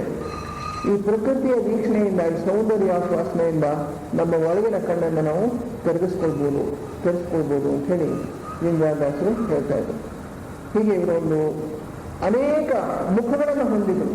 ಸೌಂದರ್ಯ ರಾಧಕರು, ಕಲೋಪಾಸಕರು, ಅವರು ಕವಿಗಳು ಮತ್ತು ಭಾಷಣಕಾರರು, ಸ್ವತಃ ಯೋಗ ದೃಷ್ಟಿಯನ್ನು ಪಡೆದಂಥವರು, ಜನಗಳಿಗೆ ಆಧ್ಯಾತ್ಮಿಕ ಉಪದೇಶವನ್ನು ಕೊಡ್ತಾ ಇದ್ದಂಥವರು, ಎಲ್ಲಕ್ಕಿಂತಲೂ ಮಿಗಿಲಾಗಿ ತಮ್ಮ ಸ್ವಂತ ಜೀವನವನ್ನು ಬಹಳ ಪರಿಶುದ್ಧವಾಗಿ ನಡೆಸ್ಕೊಂಡು ಹೋಗ್ತಾ ಇದ್ದವರು. And was totally dedicated to the work of the masters. Masters ಅಂತ ಹೇಳಿದ್ರೆ ಅವರು ಎಲ್ಲೋ ದೂರದಲ್ಲಿರ್ತಕ್ಕಂಥ ಒಂದು ಸತ್ಯವಾಗಿರಲಿಲ್ಲ. ಅವರಿಗೆ ಸದಾ ತಮ್ಮ ಗುರುಗಳು ತಮ್ಮ ಜೊತೆಯಲ್ಲಿದ್ದಾರೆ ಎಂಬ ಒಂದು ಭಾವನೆ ಇತ್ತು. ದೇವರ ರಿಯಾಲಿಟಿ ಟು ಹಿಮ್. ಆ ಥಿಯೋಸಾಫಿಕಲ್ ಸೊಸೈಟಿಯ ಆವರಣದಲ್ಲಿ ಗುರುಗಳ ಕಥೆ, ಅವರ ಪ್ರಭಾವ ಯಾವಾಗಲೂ ಇರುತ್ತೆ. ಮತ್ತೆ ತಮ್ಮ ಕೆಲಸದಲ್ಲಿ ಗುರುಗಳ ಸಹಕಾರ ಯಾವಾಗಲೂ ಇದೆ. ನಾವು ಮಾಡ್ತಾ ಇರೋದು ಆ ಮಹಾತ್ಮರ ಕೆಲಸ ಅಂತ ಹೇಳಿ ಅವರಿಗೆ ಪೂರ್ಣವಾದ, ನಿಶ್ಚಲವಾದ ನಂಬಿಕೆ ಇಲ್ಲದ್ರಿಂದ ಸಂಪೂರ್ಣವಾಗಿ ತಮ್ಮನ್ನು ತಾವು ಈ ಆಧ್ಯಾತ್ಮಿಕ ಕೆಲಸಕ್ಕೆ ಅವರು 100% ಅರ್ಪಣೆ ಮಾಡಿಕೊಂಡು ಸಾಯುವವರೆಗೂ ಕೂಡ, ಕೊನೆಯ ಉಸಿರಿರೋವರೆಗೂ ಕೂಡ ಈ ಸೊಸೈಟಿಯ ಕೆಲಸವನ್ನು ಮಾಡುವಂಥ ಒಬ್ಬ ಮಹಾನ್ ವ್ಯಕ್ತಿಗಳು. ಅವರು ಮರಣ ಹೊಂದಿದ್ದು 1953 ಜೂನ್ 18ನೇ ತಾರೀಕು. ಅಷ್ಟೊತ್ತಿಗೆ ಅಧ್ಯಕ್ಷಗಿರಿಯನ್ನು ಶ್ರೀರಾಮರವರಿಗೆ ವಹಿಸಿಕೊಟ್ಬಿಟ್ಟಿದ್ರು. ಅನಂತರ ಅವರು ಶಾಂತಿಯಿಂದ ಮರಣವನ್ನು ಹೊಂದಿದರು. ಅಷ್ಟೊತ್ತಿಗೆ ಅವರಿಗೆ ಎಷ್ಟು ವಯಸ್ಸಾಗಿತ್ತು ಅಂತ ನಾವು ಲೆಕ್ಕ ಹಾಕೋಬಹುದು. 1875 ಅಂದರೆ ಟೀಚಾ ಸೊಸೈಟಿ ಇದು ಪ್ರಾರಂಭ ಆದ ವರ್ಷದಲ್ಲೇ ಅವರು ಹುಟ್ಟಿರ್ತಕ್ಕಂಥದ್ದು. 25 53 ಸೇರಿಸಿದ್ರೆ 78 ವರ್ಷ. 78 ವರ್ಷಗಳ ಕಾಲದಲ್ಲಿ 50 ವರ್ಷಗಳ ಕಾಲ ಅವರು ಟೀಚಾ ಸೊಸೈಟಿಯ ಸೇವೆಯನ್ನು ಮಾಡಿದ್ದಾರೆ. ಅಂತಹ ಒಂದು ದೀರ್ಘವಾದ ಕಾಲದಲ್ಲಿ ತಮ್ಮನ್ನು ತಾವು ಪೂರ್ಣವಾಗಿ ಅರ್ಪಣೆ ಮಾಡಿಕೊಂಡು ಸೊಸೈಟಿಯ ಕೆಲಸವನ್ನು ಮಾಡಿ ಬಹಳ ಮಟ್ಟಿಗೆ ನಮಗೆ ಉನ್ನತ ಮಟ್ಟದ ಸಾಹಿತ್ಯವನ್ನು ಒದಗಿಸಿಕೊಟ್ಟು ಉತ್ತಮ ಮಾರ್ಗದರ್ಶನ ನೀಡಿರ್ತಕ್ಕಂಥ ಒಬ್ಬ ವ್ಯಕ್ತಿ ಇವರು. ಅವರ ಪರಿಚಯ ಆಗಿದ್ದಂಥವ್ರಿಗೆ ಅವ್ರನ್ನ ಮರೆಯೋದಕ್ಕೆ ಸಾಧ್ಯ ಇಲ್ಲ. ಎಲ್ಲರನ್ನೂ ಸ್ನೇಹ ಭಾವದಿಂದ ಮಾತನಾಡಿಸ್ತಾ ಇದ್ರು ಮತ್ತು ತಮ್ಮ ಉಡುಪು, ತಮ್ಮ ಚರ್ಯೆ, ತಾವು ಮಾತನಾಡ್ತಕ್ಕಂಥ ರೀತಿ, ಓಡಾಡೋದ್ರಲ್ಲಿ ಪ್ರತಿಯೊಂದರಲ್ಲೂ ಕೂಡ ಒಂದು ಉನ್ನತ ಮಟ್ಟದ ಆದರ್ಶವನ್ನು ಅವರು ಇತರರಿಗೆ ತೋರಿಸ್ಕೊಡ್ತಾ ಇದ್ರು. ಈಗ ಆ ಮಟ್ಟದ ಆ ಆಧ್ಯಾತ್ಮಿಕ ಉನ್ನತ ಮಟ್ಟದಲ್ಲಿ ಇರ್ತಕ್ಕಂಥ ವ್ಯಕ್ತಿಗಳು ನಮಗೆ ಸಿಗೋದು ಬಹಳ ಅಪರೂಪ. ಇಂಥವರ ಒಂದು ಜೀವನವನ್ನು ನಾವು ಸ್ಮರಿಸಿಕೊಂಡು ಅವರು ಮಾಡಿರ್ತಕ್ಕಂಥ ಸೇವೆಯನ್ನು ನಾವು ನೆನೆಸ್ಕೊಂಡಾಗ ಪ್ರಾಯಶಃ ನಮ್ಮ ಮಟ್ಟದಲ್ಲಿ ನಾವು ಸ್ವಲ್ಪ ಮಟ್ಟಿಗಾದರೂ ಕ್ರಿಯಾಸಕ್ತಿಗೆ ನಮ್ಮನ್ನು ನಾವು ಅರ್ಪಣೆ ಮಾಡ್ಕೊಳ್ಳೋಣ. ನಮ್ಮಿಂದ ಸಾಧ್ಯವಾದಷ್ಟು ಸೇವೆಯನ್ನು ಈ ಉನ್ನತ ಕೆಲಸಕ್ಕೆ ನಾವು ಅರ್ಪಣೆ ಮಾಡೋಣ ಎಂಬ ಒಂದು ಉತ್ಸಾಹ ನಮ್ಮಲ್ಲಿ ಮೂಡಬಹುದು ಅಂತ ಹೇಳಿ ನಾನು ಭಾವಿಸ್ತೇನೆ.